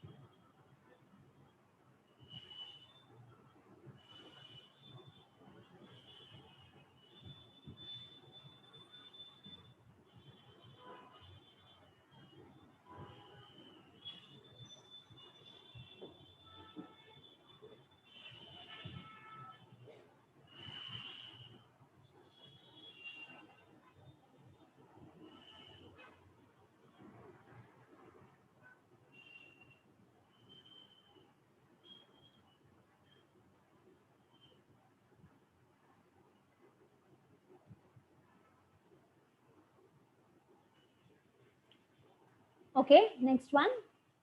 Yes, Mahesh Yadav and Nanda Kumar, I'll quickly address your queries. Let me finish with 3-4 slides more. 3-4 slides are more, and then we are done with directors. I'll quickly answer your queries. Anyone else, if you have queries, please write them down. In next 5-7 minutes, I'll be addressing all of them. Now, restriction on power of board. So, section 180 mentions that these powers cannot be exercised by board of directors unless they pass special resolution in general meeting. So members ka approval chahiye by passing special resolution. Then only these powers can be exercised by board of directors, which is mentioned in section 180. So A, B, C and D. One more is there. I think that is missing in the slide. This you can go through from your book. So you just read this in book, that from that angle, that these powers board of director are in the capacity to exercise only when they have consent of members by passing special resolution. These powers can be exercised by board only after taking consent of members by passing special resolution. That way you read this, all right, later from your books. Duties of director, these are the duties of director. Quickly go through this.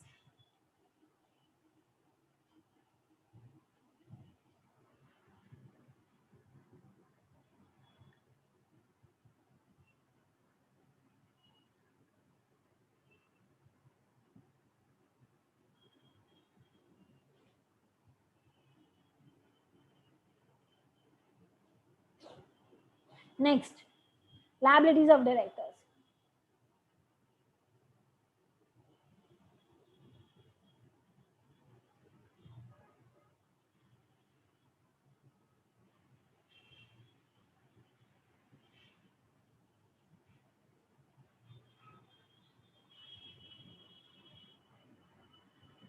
All right, Nanda Kumar, I'll explain about the rotation of director. Are you asking about retirement by rotation of directors, where in general meeting the directors are appointed? Nanda Kumar, you please write me down. Are you asking about retirement by rotation? Until then, I'll address the query which was asked earlier in the class, earlier in the in today's session. Someone had asked that in part B, what are the important chapters? So I will not say any chapter is important or unimportant, because you don't have much options. Okay, 25% wala jo part hai, you don't have much option, but I will say it is important for objectives. More of objectives will be asked, and in what way you can study section B, that I will address. Is more of objective point of view. You read it, the small numbers, like how many more workers are there, then the act is applicable upon them, and such small details you remember for objective purpose, and only big definition or big topics you can remember for you can learn for big questions. Okay, so for objective, more of this session is more of this part B is important, and only big definitions or big topics can be asked as a case study, or as asked a direct question. Case study is less likely to come, hardly 1 or 2 can come, but more of direct questions from that part can come. So accordingly you read part B. All right, Nanda Kumar, yes, you are saying retirement by rotation. Okay, I'll quickly explain that. So how retirement of rotation happens? Remember this kind of thing, retirement of rotation of directors happen only in public company, not in private company. Okay, and this kind of appointment is made in general meeting. Retirement bye rotation से जो appointment होता है, that happens only in general meeting, that is not in board meeting. Okay, this kind of appointment is made in general meeting. Now what happens is, few directors, see, there are in company, they mention in their articles of association which directors are rotational directors. I mean, they are liable to retire by rotation, and some directors are liable non-rotational directors. So in articles, they will definitely mention. Why they mention, so that also I'll explain. Say for example, Narayan Murthy, after so much of work, built Infosys. Okay, and What if he becomes rotational director? Then it comes within normal shareholders power to remove him at any point of time. So what, after promoters of the company who makes the business after so much of hard work, they will make themselves non-rotational director from beginning only. When they draft articles of association in beginning of the incorporation of company, they will make themselves non-rotational director, or whoever is like asset to the company, later on by amending article they can also be added in the non-rotational director. Okay, so if some directors are uh, kept as a non-rotational directors, but in all public companies mandatorily, out of total number of directors, at least two-third of directors has to be rotational directors, who is liable to retire by rotation. By rotational director I mean who is liable to retire by rotation. So at least out of out of total, at least two-third of directors are liable to retire by rotation. Let me take example of 12 directors. In my company there are 12 directors, so I will say out of that two-third means 8 directors rotational होने चाहिए and 4 non rotational हो सकते हैं. Okay, all भी non rotational हो सकते हैं. Okay, sorry, all भी rotational हो सकते हैं, but only minimum maximum 1/3 can be non rotational, ऐसा बोला है कंपनीज एक्ट में, and minimum 2/3 rotational होने चाहिए, ऐसा बोला है. All right, so my example is, out of 12 directors, in my company 4 are non rotational, that is who cannot retire by rotation in general meeting. मतलब उनका टर्न नहीं आएगा, शेयर होल्डर्स उनको नहीं निकाल सकते. But 8 directors are liable to retire by rotation by FIFO method, that is by first in first out method. Whoever first appointed, their turn will come first in going out. Okay, so directors, every I would say out of two-third directors rotational directors, 8 directors मेरे example में, 8 directors in my example, out of that two-third, at least 1/3 director will retire every will be eligible to retire every year, not actually retire. If they are working good, they will be reappointed. So Nanda Kumar, are you understanding? Out of total two-third directors, out of total rotational directors, in my example right now it is 8. So out of 8, 1/3 means at least 3 directors. 2 point something आता है, तो 3 directors. 3 directors every year FIFO method, first in first out method से उनका consideration होगा whether they are working good or not. If they are working good, they will be reappointed, otherwise they will be retired and some new director will come. So this is how retirement by rotation works. Nanda, are your question answered properly? If yes, then let me know. What about the remuneration of director? Easy, Omkar, it's very easy. You can read. Avni Thakkar, power of board of director. That I already explained there, section 179.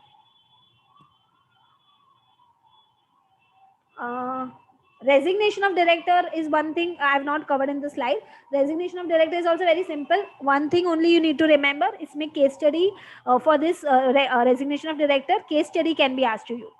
So what is important to remember, whenever a director resigns, the date on which he resigns, from that date it will be applicable, or if he has mentioned in the notice of resignation a date from when it is applicable, from that date it will be applicable. If some date is mentioned, if no date is mentioned, then from the date when he submits his resignation to the company, from that day his resignation will be applicable. Now why the date of resignation is important to understand? Because it is from that day, whatever work, whatever decision taken by him, whatever contract entered by him will not be valid, it will not be considered valid. So that is why date of resignation is important to understand. Either if in the notice he has mentioned some date, from that day his resignation will be applicable. If no date is mentioned, then the day on which he sends or submits his resignation to the company, on that day it will be applicable. So that you remember. I think no more doubts. Is there any doubt? If any doubt, again I'm repeating, you can write me on my email ID, Nidhi Vora, NIDHI VORA 371 @gmail.com.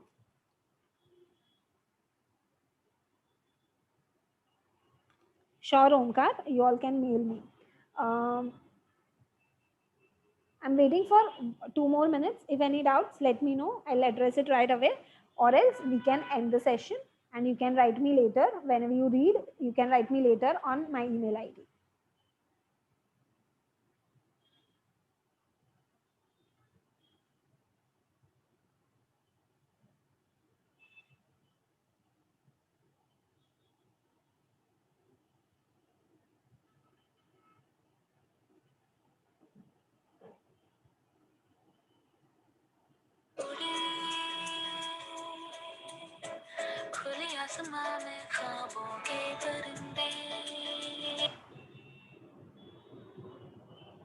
Hello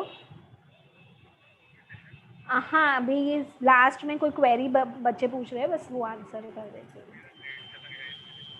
अच्छा मैं and करती हूँ अभी 5 minute में. हाँ हाँ okay. Priyu, it was amazing session. Thank you so much. I am glad you all liked it.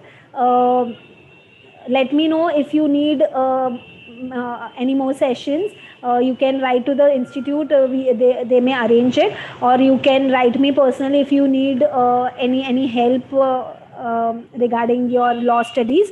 Feel free anytime to write me. All right. For your finals also, anytime if you feel, you can write me. All right. And Omkar is saying that importance he wants how to prepare. Okay. I'll quickly tell you how to prepare. See for objectives and all, solving past papers and whatever test your knowledge me, whatever check your progress in your module, whatever objective questions is given to you, that you solve, and past papers objective you solve, that will really help you. And whenever you're reading module, all small details, try to read it with concentration. See, reading 10 times is not important. One time whenever you are reading, with how much concentration you are reading, that is very, very important. All right. So my suggestion is, one time entire module you need to read first.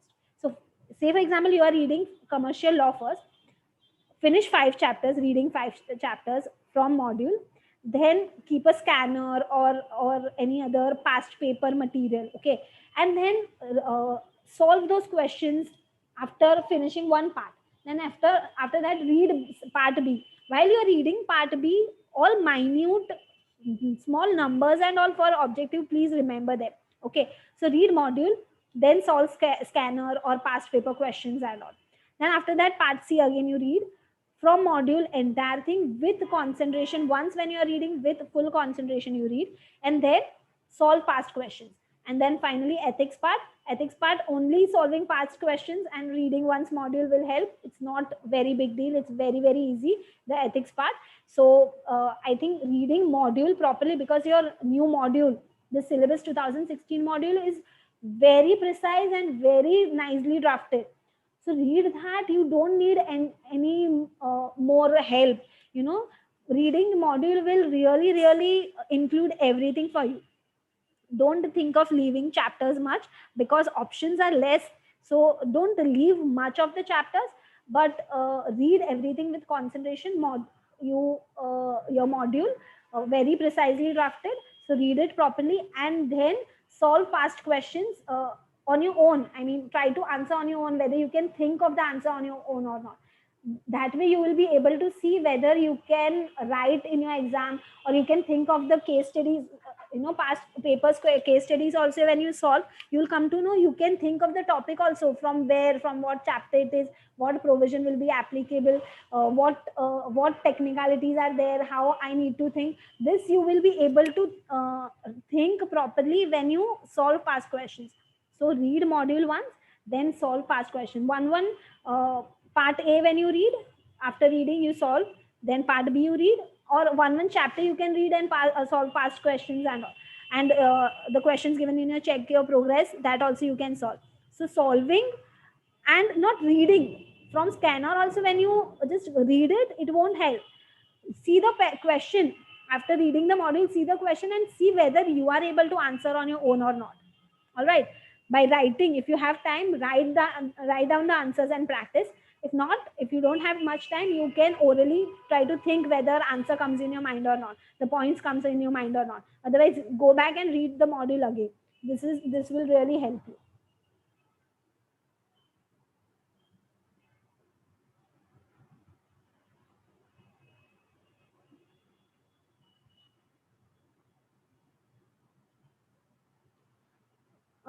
Section B, how to study, I just said Omkar already. What is liability for third party? What are you asking, Rajkumar? I don't understand. Nanda, my recorded class you can see. My recorded class you can see on YouTube only. It is it's there on YouTube, and it's going to be it's going to stay on YouTube, I believe. So this by following this link, or you can save this video on YouTube. There is an option to save these videos, and then you can see later also. What about industrial law? I answered already about part B. Okay. So I hope all the queries are answered up till now. And write me down. I have already given my email ID. Write me down if you need any more help.